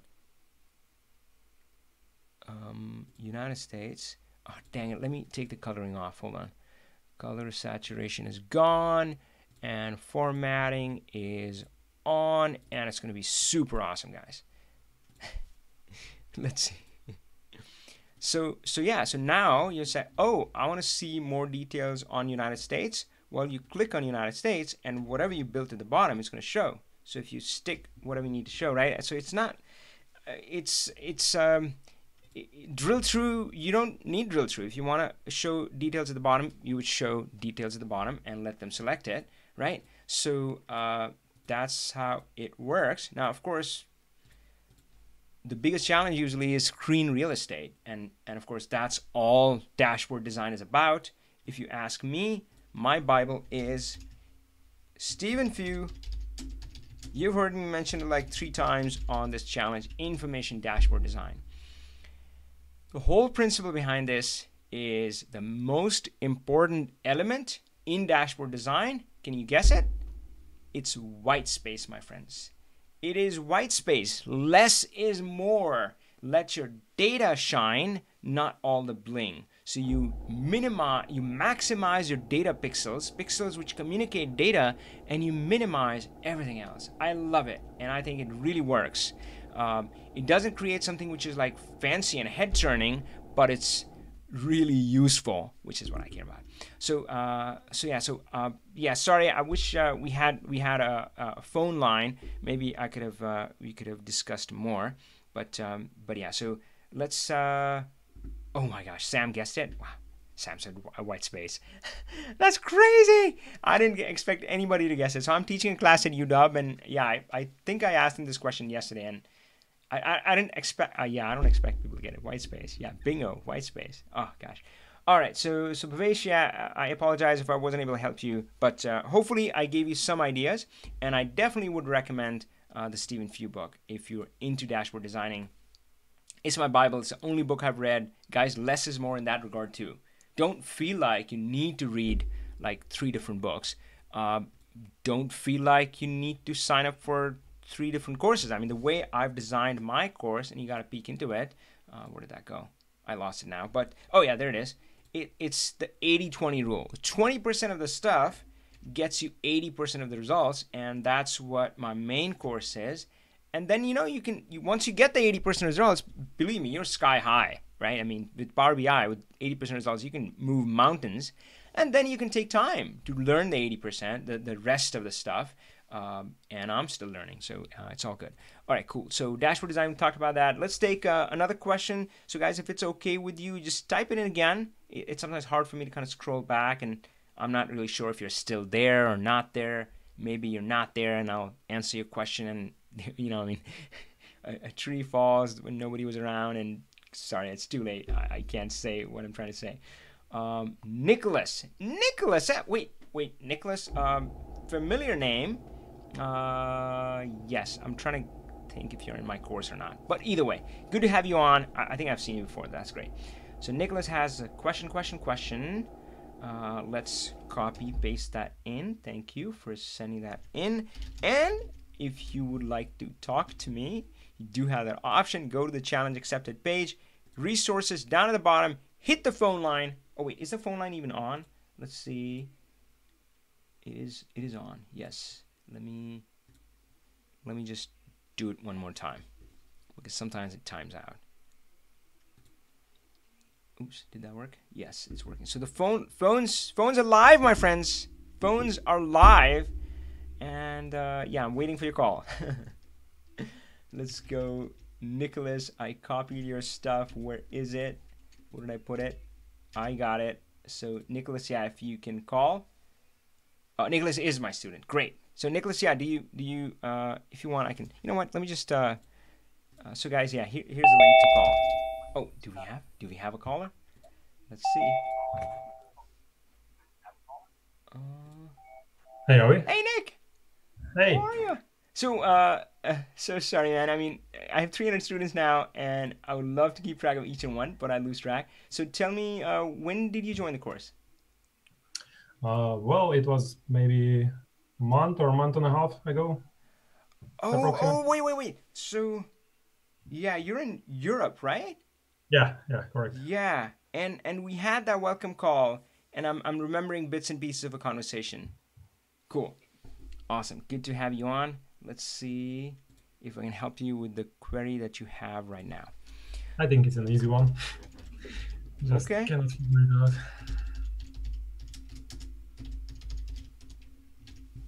Oh, oops, didn't want that.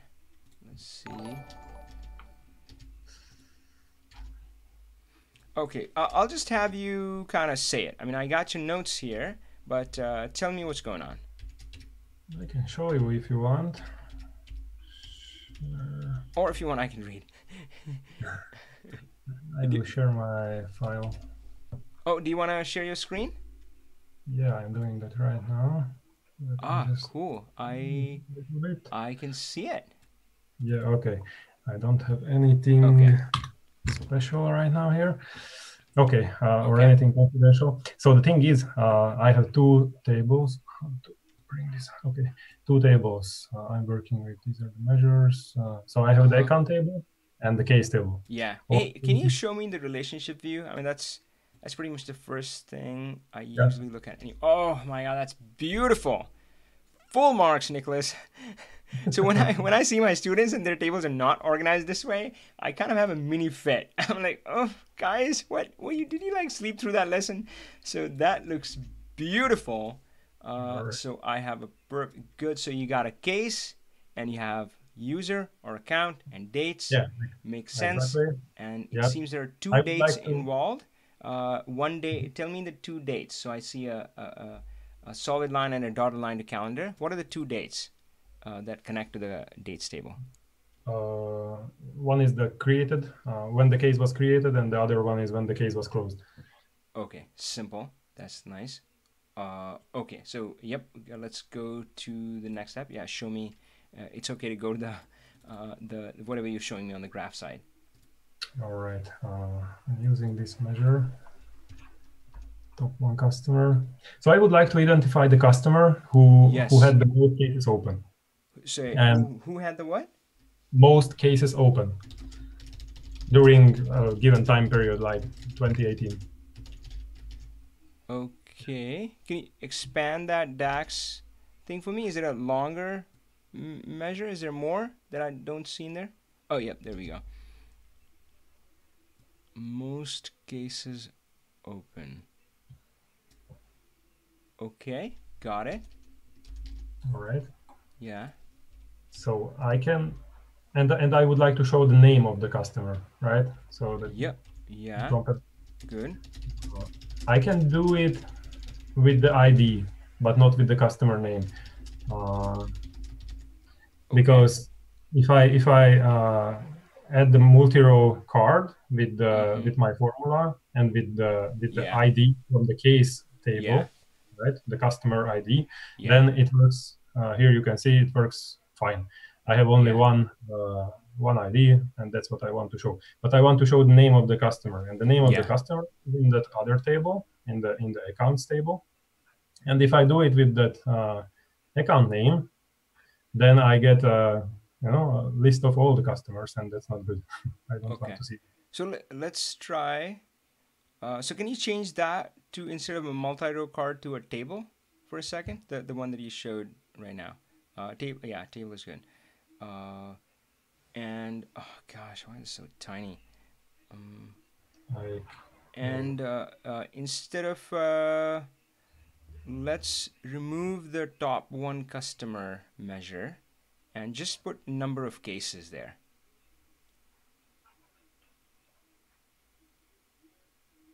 Number of cases. Okay. Yeah, and remove that top one, the first one. Yeah. Okay, and let's sort it descending by number of cases. Perfect. So Deloitte. And what if you go to the visual level filters on the filter side? Yep. Yeah. So in the filters. Yeah, filters. Visual level filters. Click on name. Yep. And select, instead of basic filtering, let's do top N. And say top 1. And drag in the number of cases in that, where it says by value, drag data fields here, just below that. Yep, drag in the number of cases. Number of cases here. Yep. And apply. And you can now remove the number of cases and then change it to card or whatever you want. Okay, I just removed it. Yeah, would this work? Oh yeah, looks very good. Awesome, cool. So yeah, but this is the thing. I mean, a lot of times you can solve things in the visual layer, but you can also solve it in DAX. Heck, obviously, I mean, you can also, in often cases, solve it in the query editor. So it's always a little bit of a balance of kind of figuring out, finding your way, but it's going to come to you more and more naturally as you use the tool. All right, cool. And yeah, so sometimes this, yeah, so all right, cool. That helps. You're all set to go. Next time you run into something, you know where to find me, right? All right. Yeah. All right. Cool. Thanks. All right. How are things with you overall? All good. All good. So actually, this is a real project I'm working on right now. So nice. I'm playing with the numbers and comparing, some time periods, and yeah, doing some real work. So hopefully I can finish it by next week. All right, sweet. So I'm actually looking back to our notes on there. Yeah, man, you've had a pretty cool story. So you're starting out kind of on that independent consulting route, right? Yeah, correct. Great. And as you said, it's a real project you're working on with somebody? Terrific. Yeah, first real customer. So I started working with Power BI in my job. Yeah. I introduced Power BI there. And now, yeah, I found my first customer. So help me out there. I mean, I often get that question of how to, and I feel like it's a chicken and egg problem. I remember when I was looking for a job, or same thing happens if you're looking for like your first consulting client, and it's hard. Getting that first one is hard. So what's your story? How did you manage to pull it off? Just it may help others. I think partially I was lucky. Okay, that always helps. Yeah, because my boss in the previous company, he left, and he just loved the Power BI reports I created there. Yeah. So he moved to the new company, and when he heard that I quit my current job, he said, "Okay, what would you say if you would do the same, Power BI magic for this company I work for?" Nice. Yeah, I think in general, I do feel like just working through your network is a good thing. I do know some of the folks, so I'm glad you seem to be in a really good spot. Some people they kind of talk to their friends and family. That gets tricky because that comes with a lot of expectations. It's easier to find like some other business customer and work with them. Family's always hard. All right, man, great. I'm sure I would hear more about your success stories soon, and I'm sure this is going to lead to much bigger and better things. Good to talk to you, man. Thank you. Take care. Oh, my friends, that is so gratifying to hear some of these stories. I once said this line kind of to myself, and I believe it's true. It is true. Power BI is my excuse to change people's lives. Yeah. All right, cool. Man, this is great. What are we almost close to 2 hours? You guys are still hanging out with me. Oh, this is nuts. And Mario Diaz said cool, just learned something that I would ask. Nice. Okay, let's do another question. Actually, Asif, I think, has hung around and maybe asked it a few times. So sorry, guys. Once it scrolls by, it's hard for me to pick up, but I see your question, Asif. So let's pick that up. Just ping me in the chat window if you're still on.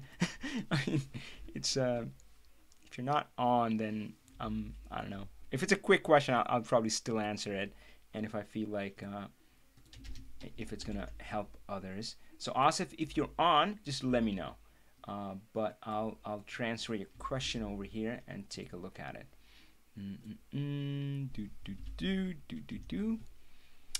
Man, I hope you guys are doing good. And my friends, I started my own business. Never thought I would. I call myself an accidental entrepreneur. One of my friends jokes about it that, Avi, that's the title of your book. And I'm like, okay, fine. Right now I'm on YouTube, so I'll think about a book later. So yeah, my friends, accidental entrepreneur.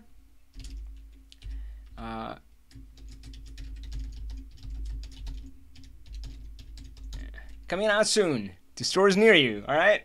And it's been such a journey. What I didn't expect was that this is going to be such an inner journey to kind of discover myself. What am I about? What is important to me? And it's simple. I mean, for me, it is about the community. I mean, I created this. Creating your own company is like, is like, having a child, and you kind of guide them. Because it does have a life of its own, but you kind of guide and nurture them. So, so this one, everything that I do, it's about the community. YouTube, my class, we meet weekly. Of course, at the Power BI Summit that just concluded, I made every effort to meet them at the summit, as many of them as I could face to face. That's what it's about for me. All right, let's bring it back to Power BI. Asif, Hafiz, are you the one who said they're from Saudi? I might have mixed you up with somebody. I don't remember. Asif. Yep, Saudi Arabia. Nice.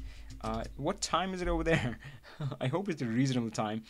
If you can merge different tables to bring all the relevant info, filter, context in one table, then why do we create relationships? Yes. Anybody hazard an answer? Okay. Why do we create relationships? Well, let's see if there are any comments. Asif is on. Awesome. So I think there's a delay. I would like to stop, pause, and... Oh, new subscriber, Augusto Gomez. Cool. He might not even be on. If you're on, make sure you subscribe, my friends. Click that bell. All right? So that way, whenever I go live, you're on with me. Okay, cool. Yes. Sam, Rod, spot on. Let's see if anybody else. Why did we do it? Oh, Eamon, bloat. Oh, I missed a few. Everybody chimed in. Nice. Love it. Let's stick that in here. Oh shoot, I have learned better now. Somehow when I paste from the chat window, it just kills Word.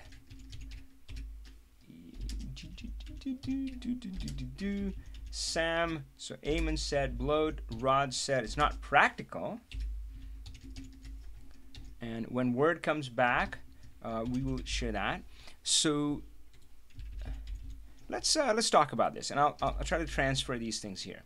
So everybody's kind of spot on.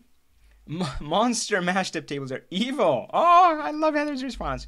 So yes, so this is what I say. This was the old world. And guys, this is not about Excel or Power BI. Frankly, Excel has all the strength of Power BI built inside. Not about Excel or Power BI. Modern Excel has PBI built in the forms of Power Pivot and Power Query. So it's not about that. But the old world, old Excel, we would bring an army of VLOOKUPs doing exactly what Asif was asking about. Like, well, I can just flatten it. I mean, that's so he's saying merge, but yeah, I use the word flatten. So bring in these lookup tables and flatten. So I would bring where is my data learn Power BI. Gosh, is it here? I've run out of files now. Perfect, right? So we would just flatten it. That's how Excel worked. So we would do VLOOKUP, customer name, category, product category, blah, and year and country, and all of this. And then we would have this monster table, which Heather is talking about, and really monstrous. And we would build a pivot off of this. I'm horrible at drawing, clearly, but I shouldn't say that. Actually, I'm pretty good at drawing. so that's what we would do.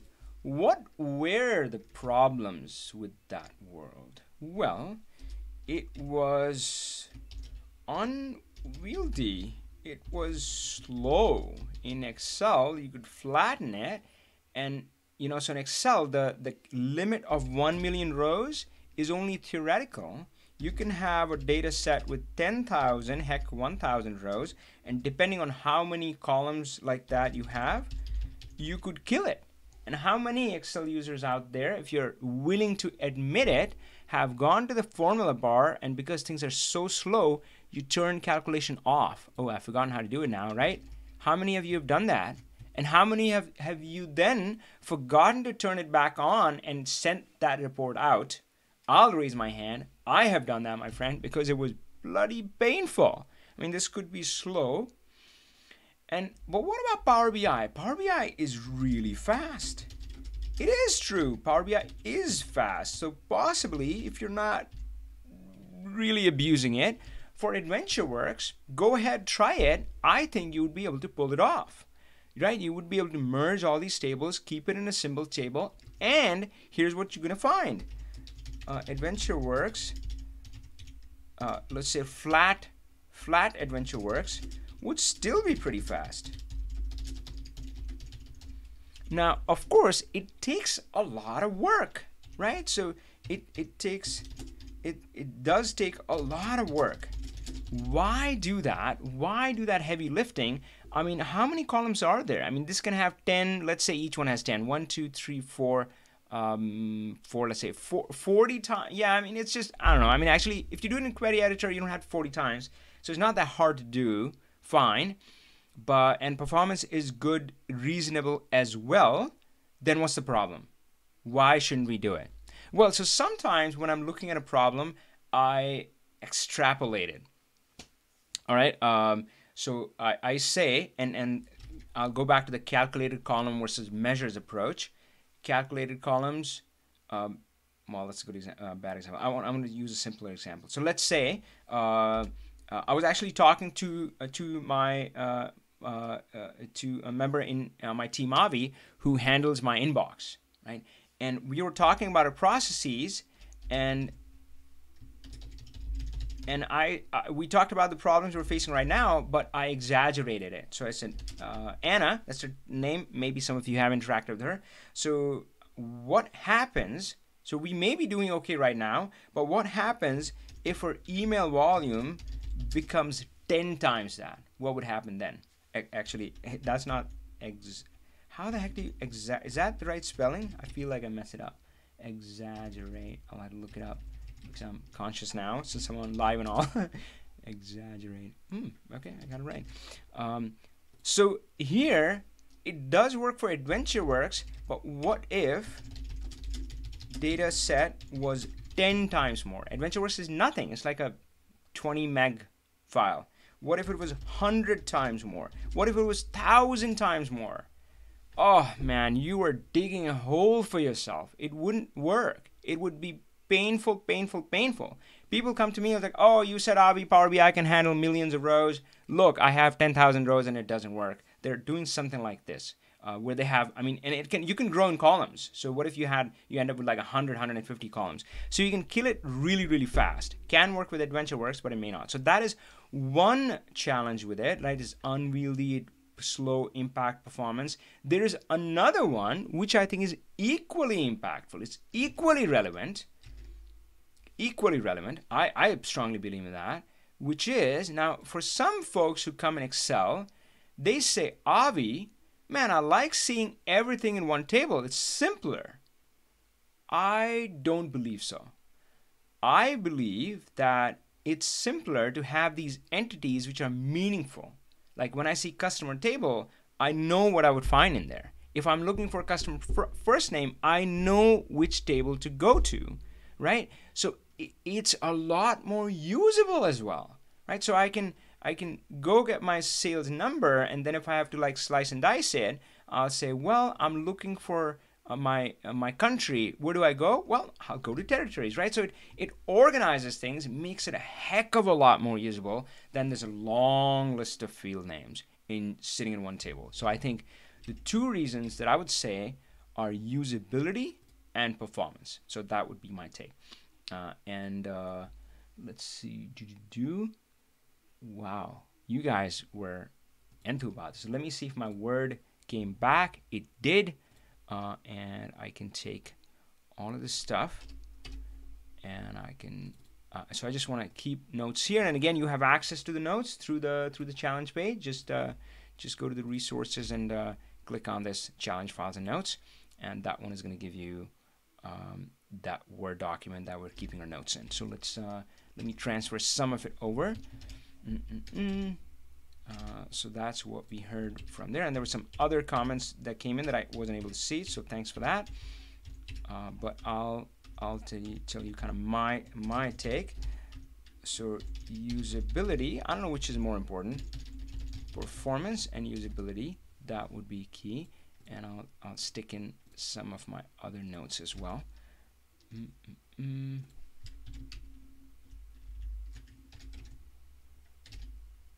Oops, didn't want that.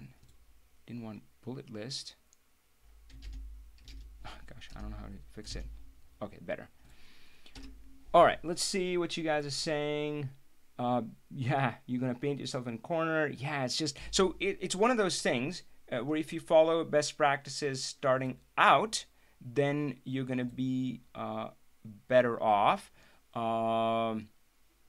Versus if you say, no, I'm not going to care if my data set is small. When my data set gets big, only then will I follow best practices. Ooh, ouch, it's probably not going to work out. Let's see, Bhavish is signing off. Yeah, Alex says, yep, sounds like bad practice, getting slow. Power BI just announced a trillion rows model. Yeah, I've seen that demo, my friend. Trillion row data set. It's crazy. Power BI integrates with SharePoint. Yes, it does, Daryl. So I'm not sure. Your question can be interpreted two different ways. Let's just actually stick it in there so we have it in our notes.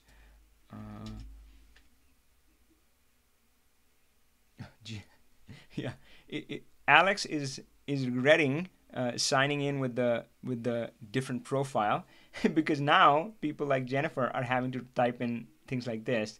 To generate multiple reports and dashboards is not about the cell explained. Okay. Oh well, I know he's Alex, but that's good. Generate oh yeah. Oh, okay. So Jennifer, let's take that one on. I know you had asked a question earlier. I saw that fly by. I apologize. I missed it. In fact, one of the first questions that was asked. So, but sorry, that's the kind of stuff that happens on a live call. I was going to do two things here. Let's take. So Daryl has a quick question, if that's okay, Jennifer, and then we'll come back in yours. So Jennifer, I'm going to stick the call-in link, and let's see if you have a working mic and you can call in. So go here and oh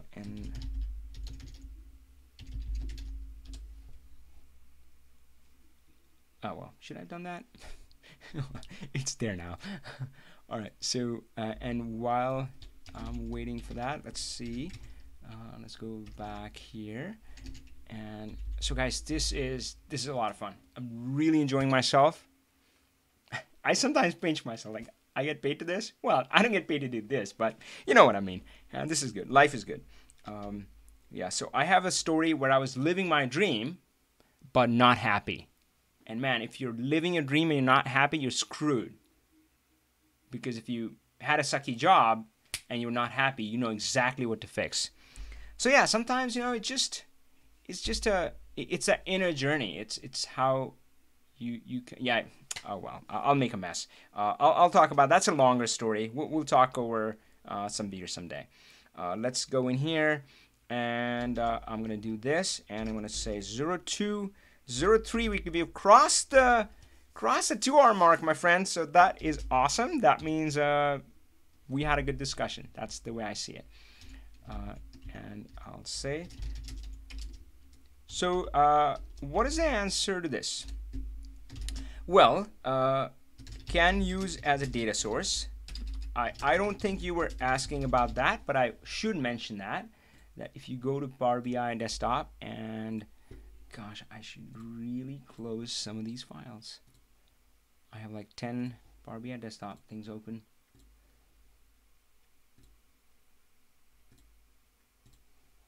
Day 4 end. Okay, got that. So if you go to get data, and you search for SharePoint, there are a few options here. Of course, you can connect to files which are in SharePoint, but you can also connect to like a SharePoint list. That's a great way to enter data collaboratively. If you have like, so a lot of people are like, oh, people are entering data in Excel and it's just a nightmare because they mess up and it's so hard to clean. Just use a SharePoint list. It's got structure. It's got a validation built in. And let me see if I can show that to you guys really quick. Let's see. SharePoint list. And it also has an edit queries mode, which does make the data entry kind of Excel-like. So learn Power BI class list. And if you say, what did I say? It's quick edit. That's what I meant. Quick edit mode. And it kind of becomes like Excel. And you can have drop downs and all that sort of stuff. So just use that. So, and it can connect to it. It can connect to SharePoint folders. It can obviously connect to like Excel or CSV file in SharePoint. So that's one integration. The other is you can publish Power BI reports there. Now, I haven't done this in a while, so maybe somebody can help me, or maybe a quick Google would help. It's a component. But I'm sure if I can Google it, you can Google it too. But let's just do one quick try. Publish Power BI to SharePoint. And yeah, essentially it lets you kind of embed it and so forth. Embed, report web part. Perfect. So actually that sounds a little dated. I'm not sure if this is, I think now instead of like a generic report web part, they have a specific Power BI web part. So cool. So I'm going to take a note. They're using Power BI web part. Now I will say caution against publish to web and embed. I think some folks might have done that. So you can publish your thing to web, but guys, that puts it in the public domain. I just want you to be aware of the risk. It puts the data public. So if you have anything sensitive, a company financial, anything that you wouldn't want to be out there, my recommendation would be don't use publish to web. So publish to web, but you don't have to do that. There's Power BI web part, so that's what I would use. So yes, it does integrate. So Daryl, hopefully that helped. Let's move on to Jennifer's question, and let's come back here. Let's see if there are any other comments. So Daryl is saying, ideally, I'm part of the team creating an internal SharePoint site. Okay, got it. If I can use the data from SharePoint as database. Very interesting. So yes, so data sources can be, tell me if this helps. SharePoint kind of files, anything on there. Folders, you can suck up a whole folder. So you go to this folder, grab all the files in there, and you can do lists. And so I'm not sure if you're referring to this, but of course, the back end of SharePoint is SQL. You can potentially connect to that and do reporting on all sorts of stuff. Now, this might require some skill in figuring out which table stores what on, I don't know, like SharePoint itself, like how many folders, I don't know, how many lists created, how many sites, things like that. That may be possible too, I suspect, but anything that's on there, like files, folders, lists, they can be used as a data source, sucked in. All right, yep, so Heather says the same thing. She has a report which pulls in data from SharePoint, works very well. I'm going to SharePoint training course. Along those lines, awesome, good note, Great conversations. Guys, of course, we hang out. Heather knows all about it. We have our Learn Power BI Facebook group. That's our student group. That's where I hang out, where I go live when we have the Q&A. And of course, the difference is that you know, so if you have the live Q&A calls, you can call in on the phone and talk to me as well. Well, we're kind of doing that now too. But anyway, all right. So yeah, the community. What I was saying was, I saw Heather, Daryl having a conversation. That's great. That's what it's about. That's what I love seeing. It's cool. Jennifer. Let's see. So Jennifer, any luck with that call-in, with that phone call? Because it would go a lot easier if we can talk. I will wait.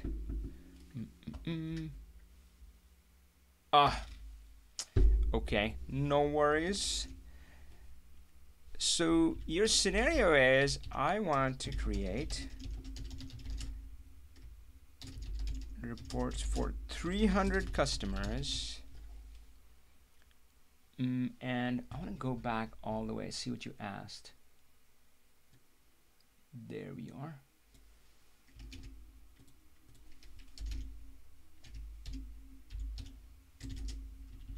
I think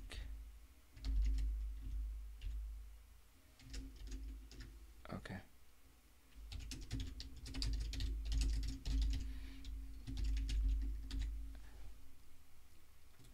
What did I do there? Huh, weird. I have no idea what. Sorry, it's bugging the form. So I'm new to Power BI. If I were to generate a report dashboard for each customer, there are over 300 customers, do I need to go through the same process 300 times? So Jennifer, this is what I would say. Now imagine. So do you want your so this is the way it typically works, right? You only have one model. Let me actually close these files. What is this? Do I need to save it? Nope. Do I need to save this guy? Nope.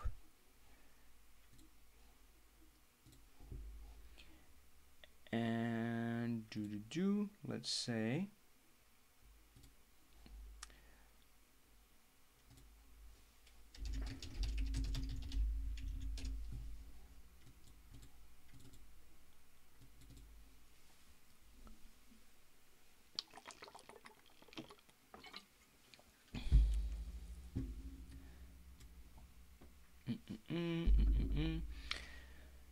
So in AdventureWorks, we have not 300, thousands of customers.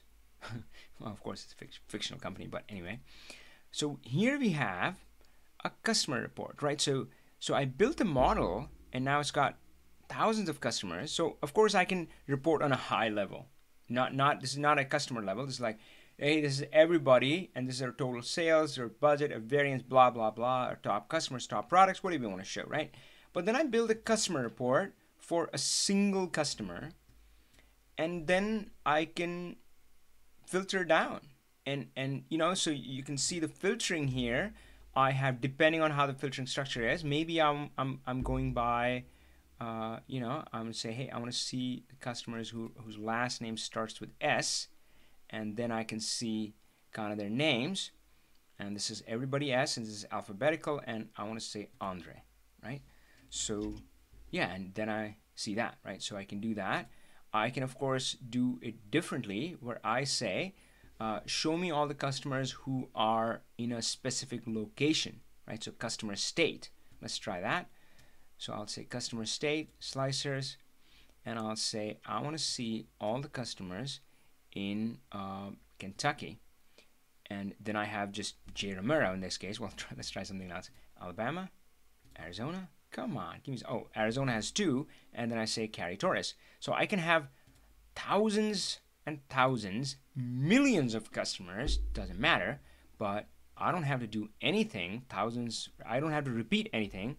I build a report, and then I give interface so they can select the customer. Of course, they can search through the names as well. So here, I can just search for Lewis, and there we go. Now I'm looking at all Lewis. And of course, if I have the full name, I can just say something like that. And of course, you don't have to have this format. So I can search. What else can I do? I love this one. So instead of alphabetical, so usually when you build a list like this, it's alphabetical, but I was working with the sales team and they had this requirement. They said, Avi, we don't care about everybody, man. We care about our top customers. So your slicers should be sorted by that, giving the top customers at the top. And so this is that, full name. And so Jordan Turner, let's see what he ends up at, 15,999. And Willie Shu is at 13,000, right? So you see how it's sorted. So now they don't have to hunt through. If they're looking for like top customers, they can get through here. So one model can cater to like a big audience, and it can show you whatever report you want to see. So Jennifer, I want to ask you, does this help? Now there are scenarios where this doesn't work, but I want to hear from you, and you tell me that, yeah, Avi, this is great, this would have worked, but XYZ. All right, cool. So now we're getting somewhere. So Jennifer says, I need to generate it. They can't see other people's data, Avi. See. So when you say generate report and dashboard, let me ask you there, is there a scenario now or in the future where they would be given, you want to just give them access to the Power BI report? I mean, you don't want to send a bloody PDF every time or something like that, right? Or that is never going to happen. So let's call it scenario A. Oops. How am I doing here? Scenario A, you would give customers access to the Power BI report. Or maybe you have scenario B, report would be sent to them. A or B. I don't know. PDF? Screenshots? Well, let's not worry about the format. Give access to customers. Cool. So, awesome. Let's think about it. So the answer is, okay, so I'll show you a feature. Now in your case, you wouldn't exactly use it in that fashion. We'll talk about it. We'll just go step by step. All right, so again, guys, I'm going to cover it, but so the feature I'm going to talk about is role level security, and I should mention that it is covered in good detail inside my course as well. And my friend, you do have a chance to win a seat. So let's see, role level security, role level security. I think I call it something else, security. Okay, I don't know what I called it, but yeah, so it's inside my course as well. But let's talk about it. So the way this works is I'm going to go to modeling, I think, and you notice here there's a security section here, and I'm going to say manage role. So again, I'm going to show you a simpler scenario, then we can come back and talk about it. So you would say manage role. So this is how this works. So role level security autoless, right? But and we'll come back and talk about how it would work in your scenario. So I'm going to use a simple scenario where I will say, so in this case, let's imagine it's not customers, it's sales teams. So there's one sales team which is in Canada, and they should only see their data. So I'll define that team, and United States, and so forth. Now, why this approach wouldn't work for you? Because I don't want you to define 300 of these and have to keep them updated all the time, right? So this is not the approach for you, but this does show you how the security works. So Canada, United States, whatever, I forgot, Europe or something else. Imagine I created all of those, right? So and I'll come in here and I'll say for Canada, territory, and I want to add a filter on the country equals Canada. All right, let's do this, and let's go back over here. Let's go back here, and let's copy this guy, and I want to see the territory so that we can notice the change.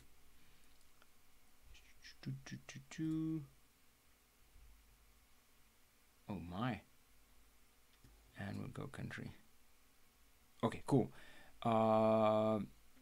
And when you publish this, so this is where you define the roles, and when you publish it, you can add people to roles. So that's what role security is out. So let's see, I'm not going to publish it. I'm going to try to take a shortcut and say view role as Canada. So if I'm viewing this as Canada, what's going to happen? I only see Canada. So that's the idea with role level security, that you only see what you have permission to. Now, those words should sound like music to your ears. So role level security, you only see what you have permission to. Now I have one question for you. This is not related to what you were asking, but how are you managing licenses for them? Are you handing them out? Power BI licenses, and maybe you haven't done that. So answer this for me. I'm just kind of curious how you're managing that. But yeah, so essentially this is your path. Now how you would implement it, I really wish I could, but I wouldn't be able to go show you everything. You should be able to find it online. I know sometimes when you're starting out, it's like, seriously, man, I don't want to put things together like a jigsaw puzzle. And I get that, and I hear that frustration. But hey, I mean, well, yeah, I mean, that's why, of course, I have kind of this structure. I have the YouTube community and I have the course, and inside the course, I'm able to offer the next level of help. But yeah, it would just take too long for me to walk through that, and unfortunately, I don't have a ready video on that. But role level security is the option, and the way you would approach it, you would have a table of usernames and what they have access to, right? So you would do this. So you would say, oh, actually, it might be something. Yeah, it's simple, but let me see. Let me see what's the closest that I can get you. So it would be something like this. You would go in here and you would do this. You would say by customer, and you would go into your customer table and you would add like their customer. You would need to have like a customer login name, and you would filter it using the username coming in, and probably it's going to sound like Greek right now, and I apologize for that, but yeah, but if it does, just don't have to focus on that. Just focus on that role level security can get you this, and you can get the semantics next. All right, so she's saying we may purchase Power BI Premium. Got it. So thanks for answering that. But again, role level security is the way to go. If you are, give it a try. See if you can kind of put it together. But it's definitely doable. And once it's set up, it's a no-brainer.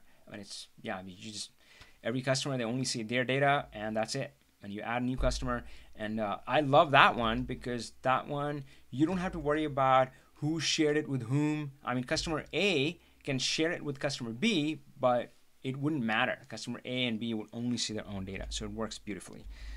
So I'll say Jennifer is thinking about Power BI Premium, but for now, considering tenant accounts. Cool. All right, guys. I would say I'm a little bit end of the line here. 225, but this was awesome. Let's do last call. And by call, I mean, you can call me. You know that. You can hit that phone and talk to me, or just post something in the chat window. So we'll do last call. So, gosh, tomorrow, big day tomorrow, my friends. Big day. And it's at a different time. Next time I know, I was like, silly, why did I do this thing tomorrow? So tomorrow it's 3 hours earlier. Today we started at 9 Eastern, 12 noon my time, Pacific. Tomorrow we're starting... Wait, no, I messed it up. This was 12 Pacific, 3 p.m. Eastern. Tomorrow it's going to be 9 a.m. Pacific and 12 noon Eastern. And yeah, if you just go to learnpowerbi.com/webinar, or if you go to the challenge accepted page, it has links all over. It's like, hey, register for the day 5. And day 5, I want us to lift us up, pull us out of the weeds, and say, yep, DAX is important, and I do teach DAX inside my course, and M is important, and sure, you got to learn that too, but it's about something bigger. I want to talk about the big picture. I want to talk about how it kind of bring it all together. All right, so that's tomorrow. I'm excited. It's going to be a big finale. For those who have submitted your entries for the chance to win, thank you. I really appreciate that. I'm going to be going through that tonight. I often do it with my kids. I often have them pick the winner. That way I'm not like, I don't know who to pick, right? So,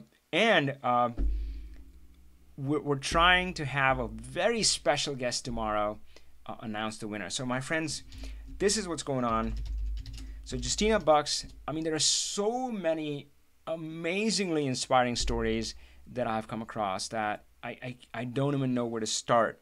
But Justina is one of the amazing ones. So usually, the time of childbirth is seen as a break, right? It affects the career for women, and it becomes this dip in their career. Justina took that, and I have this phrase that I use: your weaknesses are your strengths. She took that and used that to turn her career around. Now, hey, it wasn't easy. It's not like it wasn't filled with doubts and fear. All of that was there. But man, I mean, I of course helped her as much as I could. She was, again, one of the first founding members of her online training program.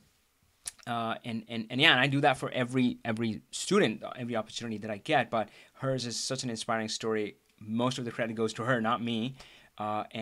She wrote back recently and said, Avi, I've 4x'd my income. And I'm like, cool. Let me know when you 10x it, because I know you can get there. So, Justina Bucks, amazing story. I'm calling her in because I wanted her to kind of announce this winner, give away the award, because I can't think of a better person for that. So, and because what I'm hoping for is that anyway. All right, cool. So that's tomorrow. That's it. Do I have to say anything else? I guess not, guys. It's been fun hanging out with you. And let's check in on that last question, which I can't even find the chat box now. There we are.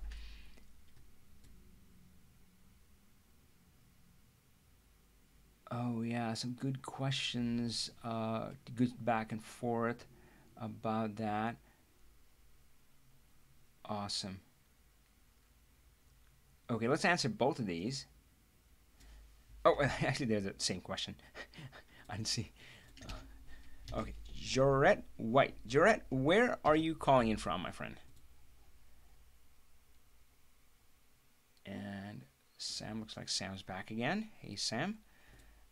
So let's go here. And guys, this is our last call, so we're going to be closing shop after this. And as they say, you don't have to go home. Wait, is that what they say? Well, you can't stay here. Man, I got 2 kids. I haven't been to a bar in a long time, but tell me if I got that closing line right. I mean, that's what they're always supposed to say at the end of the day. Right? You don't have to go home.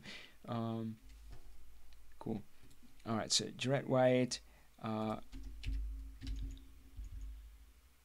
Cool. Let's do this. And all right. So first of all, I admire what you're doing. So sometimes it's tempting, and I see even my students go through that. And I'm sure I did when I was starting out. That you would say, "Oh my gosh, this is so hard in Power BI. It's easy in Excel. Excel is easy." We tell ourselves those things. Now, of course, that's not exactly true. But now, so I left India in 1999, and often when I think of India, it's with these rose-colored glasses. I'm like, oh my gosh, India was so amazing. And when I travel back, it hits me, it's like, well, it is amazing, but man, it's got all this other stuff too. So Excel, and again, we're talking about the old Excel, right? The new Excel has all the strength of Power BI built in, Power Query, but that life wasn't that great. So it's commendable, and that's what I want you to try for, is that, yeah, learn how to do in Power BI. It is going to feel hard, but it's like cycling. I mean, if you don't know it, it is hard. But once you know it, it's fun, guys. All right, so how do I calculate total customers by country in AdventureWorks? Total customers by country. Two things there. One is, are you trying to calculate customers with purchases? How many customers from X purchased versus something else? Or, just count total customers. I don't care whether they bought something from me or not. I just want to get a count, right, from my customer database. Let's see. Oh, come on. What's happening here? I wanted to number it A and B. A and B. A. Got it. And, please. AB. So let's do A first of all. Now, of course, this one is a little tricky because we have a territory. Now, what you have to ask is, what does the territory represent, right? So does the territory represent the customer's location, or does it represent the location of the store they walked into? So if it is the store they walked into, then doesn't seem you're asking about that. You want to care about customers by the country where they live in, right? So you see where I'm going with this, right? So by the store country, or by country of customer residence. Let's try kind of both. And we might not use country. I'm not sure if it's there, but we'll use the closest. So let's do. So we're doing customer with purchases, right? With purchases. So how do we count customers who purchased? We use distinct count.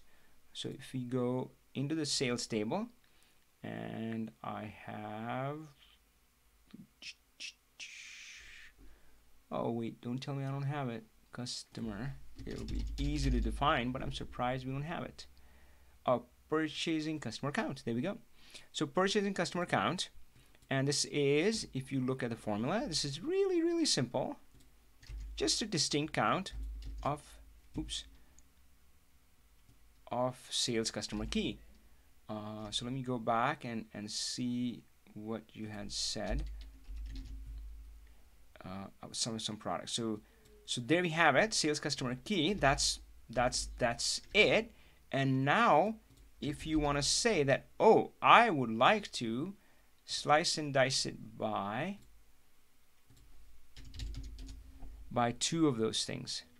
So guys, you can see how sometimes a simple question is not that simple, right? So this one has so many branches, and it is fun. That's the fun part in Power BI. I love exploring that. So let's say if I want to do by store country, right, which is territories. I messed that up. I didn't mean to write it there. What's going on? Okay, and gosh, come on! I have no idea why it's doing this. Okay, so we're doing this one, A1, by store country territories. That one I can just go to the territories and bring in that country. And it just works. Oh shoot, we're in that role. Let me change that. View as roles, none. Great, so now we see 18,000 total, and now we can say, well, if you're looking at the store location, United States, there were 7,527, overall is 17,918. Now remember, this is distinct count, so I'm not sure if I mean, we'll have to check, but it's possible that these numbers might not add up to 17,000. Why? Because it's possible that I, as a customer, shopped once in the United States, twice in Australia, thrice in the United Kingdom, and so on, right? So of course, in the United States, each country I'll be counted once, but if you add it up, in the total, I'm only being counted once. I mean, that's the right thing. So it is doing the right thing. Sometimes it may seem counterintuitive, like, oh, these numbers don't add up. It's math is wrong. No, it's right. Math is right. So yeah, it's doing a unique count. So that one. But what if you wanted to see by the other one, by country of the customer residence? Well, let's go back here and let's see what we have. I'm not sure if you have a country, but now we're going to go to the customer table simply.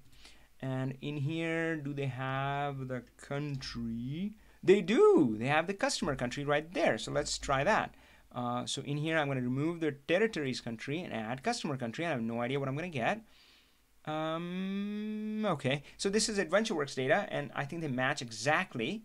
But in a real scenario, this could give you potentially totally different answers. Totally different answers, right? So that's the customer country. Let's keep going. What if you were just interested in the total number of customers? Well, then you wouldn't do distinct count in sales. This has nothing to do with sales. You can have customers in your records which have not purchased. You would just go to customer and you would do a customer count. Look at this measure. It is just customer count rows off the table. And so I'm gonna bring that in and bring that over here. Maybe should I do a different color? I won't, guys. Sorry, it's just customer count. Oops, did that work? Customer count. Oh shoot. Let's try auto. How do I change so that it's not doing 18K? Data category general. Nope. Where is it? Auto. Got it. None. So 18,484 and purchasing customer is, notice that they're different, right? So we have a lot of customers in a record close to 500 who have not purchased from us, and that's okay. And of course, if I wanted to slice and dice this, measures have the magic of define once, use everywhere. Once you have the measure, you can slice and dice the heck out of it. And you ready? And I'll say customer country. And there we go. And I can add customer state. And I can add customer city. And I can drill down. If I wanted to, I can say, yep, show me United States. Show me Washington. And these are all the customers in Burin. And I can click that and everything else will filter down. And if I had a sensible report, it will show me that. And of course, I can show it in a map or something like that if you wanted to, right? So this is the total customer count you're analyzing, and this is the purchasing customer count. So boy, I mean, this stuff is interesting, right? Cool. So we had looked at a few different ways, and this one came from Jaret. I'm going to save that customer count, and you can find that in the files in the resources section. All right, guys. So we're going to wind up, but let me see if that helped. Jaret from Brisbane, Australia. Cool. I think I saw you earlier. Say hi. Awesome. Sam had the question, what if you use calculated column for slicing and dicing? I know we use measures for these. So yeah, for slicing and dicing, calculated columns. So typically, so we talked about how calculated columns are evil, but if you were to use them, you would use them in a lookup table and you would define something. If you so you would, I don't know, like imagine if in your customer table you had the first name and last name, but full name didn't exist, you might add a calculated column for that, right? Or the vice versa, you split up a full name and add a calculated column for first name and last name. Or as you saw me earlier, the last initial, right? Which let them filter by which gave you an easier way to filter. So hey, show me customers whose last name ends with G, and then I have a smaller list. So all of those are good candidates for calculated column, although I would never do that here. I would never click this button, right? I would never ever do that because the kitchen is the query editor. So I would go back and do this kind of stuff in the query editor. It's similar, but I don't know. I think it just keeps it clean. That way, if I'm debugging my models later, which is what I worry about, when somebody says this data isn't right, where do I go? And if I do things right, then it's clean. If it's kind of like if I think the mistake is in kind of shaping the data, then I go look in the query editor. If I think it's in the math, the calculation, then I look in DAX. So that's keeping those defaults kind of, it keeps my life easy. So yeah, some legitimate cases for adding columns of your own, but I would rather do it in the query editor. All right, so I hope that helped. Yeah, so I got that right. I don't have to go home, guys. You can't stay here. So he's saying I want to show total sales by country and also at the same time total cost. Oh my gosh. Yeah, this is it's built in. You can, so you want to see the purchasing customers by country. Yep, yeah, so you can obviously, you can come in here and if you want to say, oh, yeah, I got the purchasing customers, but how much did they buy? And measures are just, it's like walking through a grocery store with your empty cart and you go, yep, I would like some lemonade, I would like some iced tea, and you just popping things in. It's easy. When you've done the hard work of creating the model and creating measures, then you come to the report and say, yep, I would like to see the purchasing customer, and I would also like to see the sales next to it. So yeah, you can just show them side by side. Measures, magic, works great. All right, my friends, we'll call it a day. I look forward to seeing you tomorrow. Again, it's at a different time. We start 3 hours earlier. I hope it works with, I know we had people joining from all over, so I hope it works with your time zone. And yeah, tomorrow is day 5, and we're going to bring it home. All right, my friends. Take care. Power on.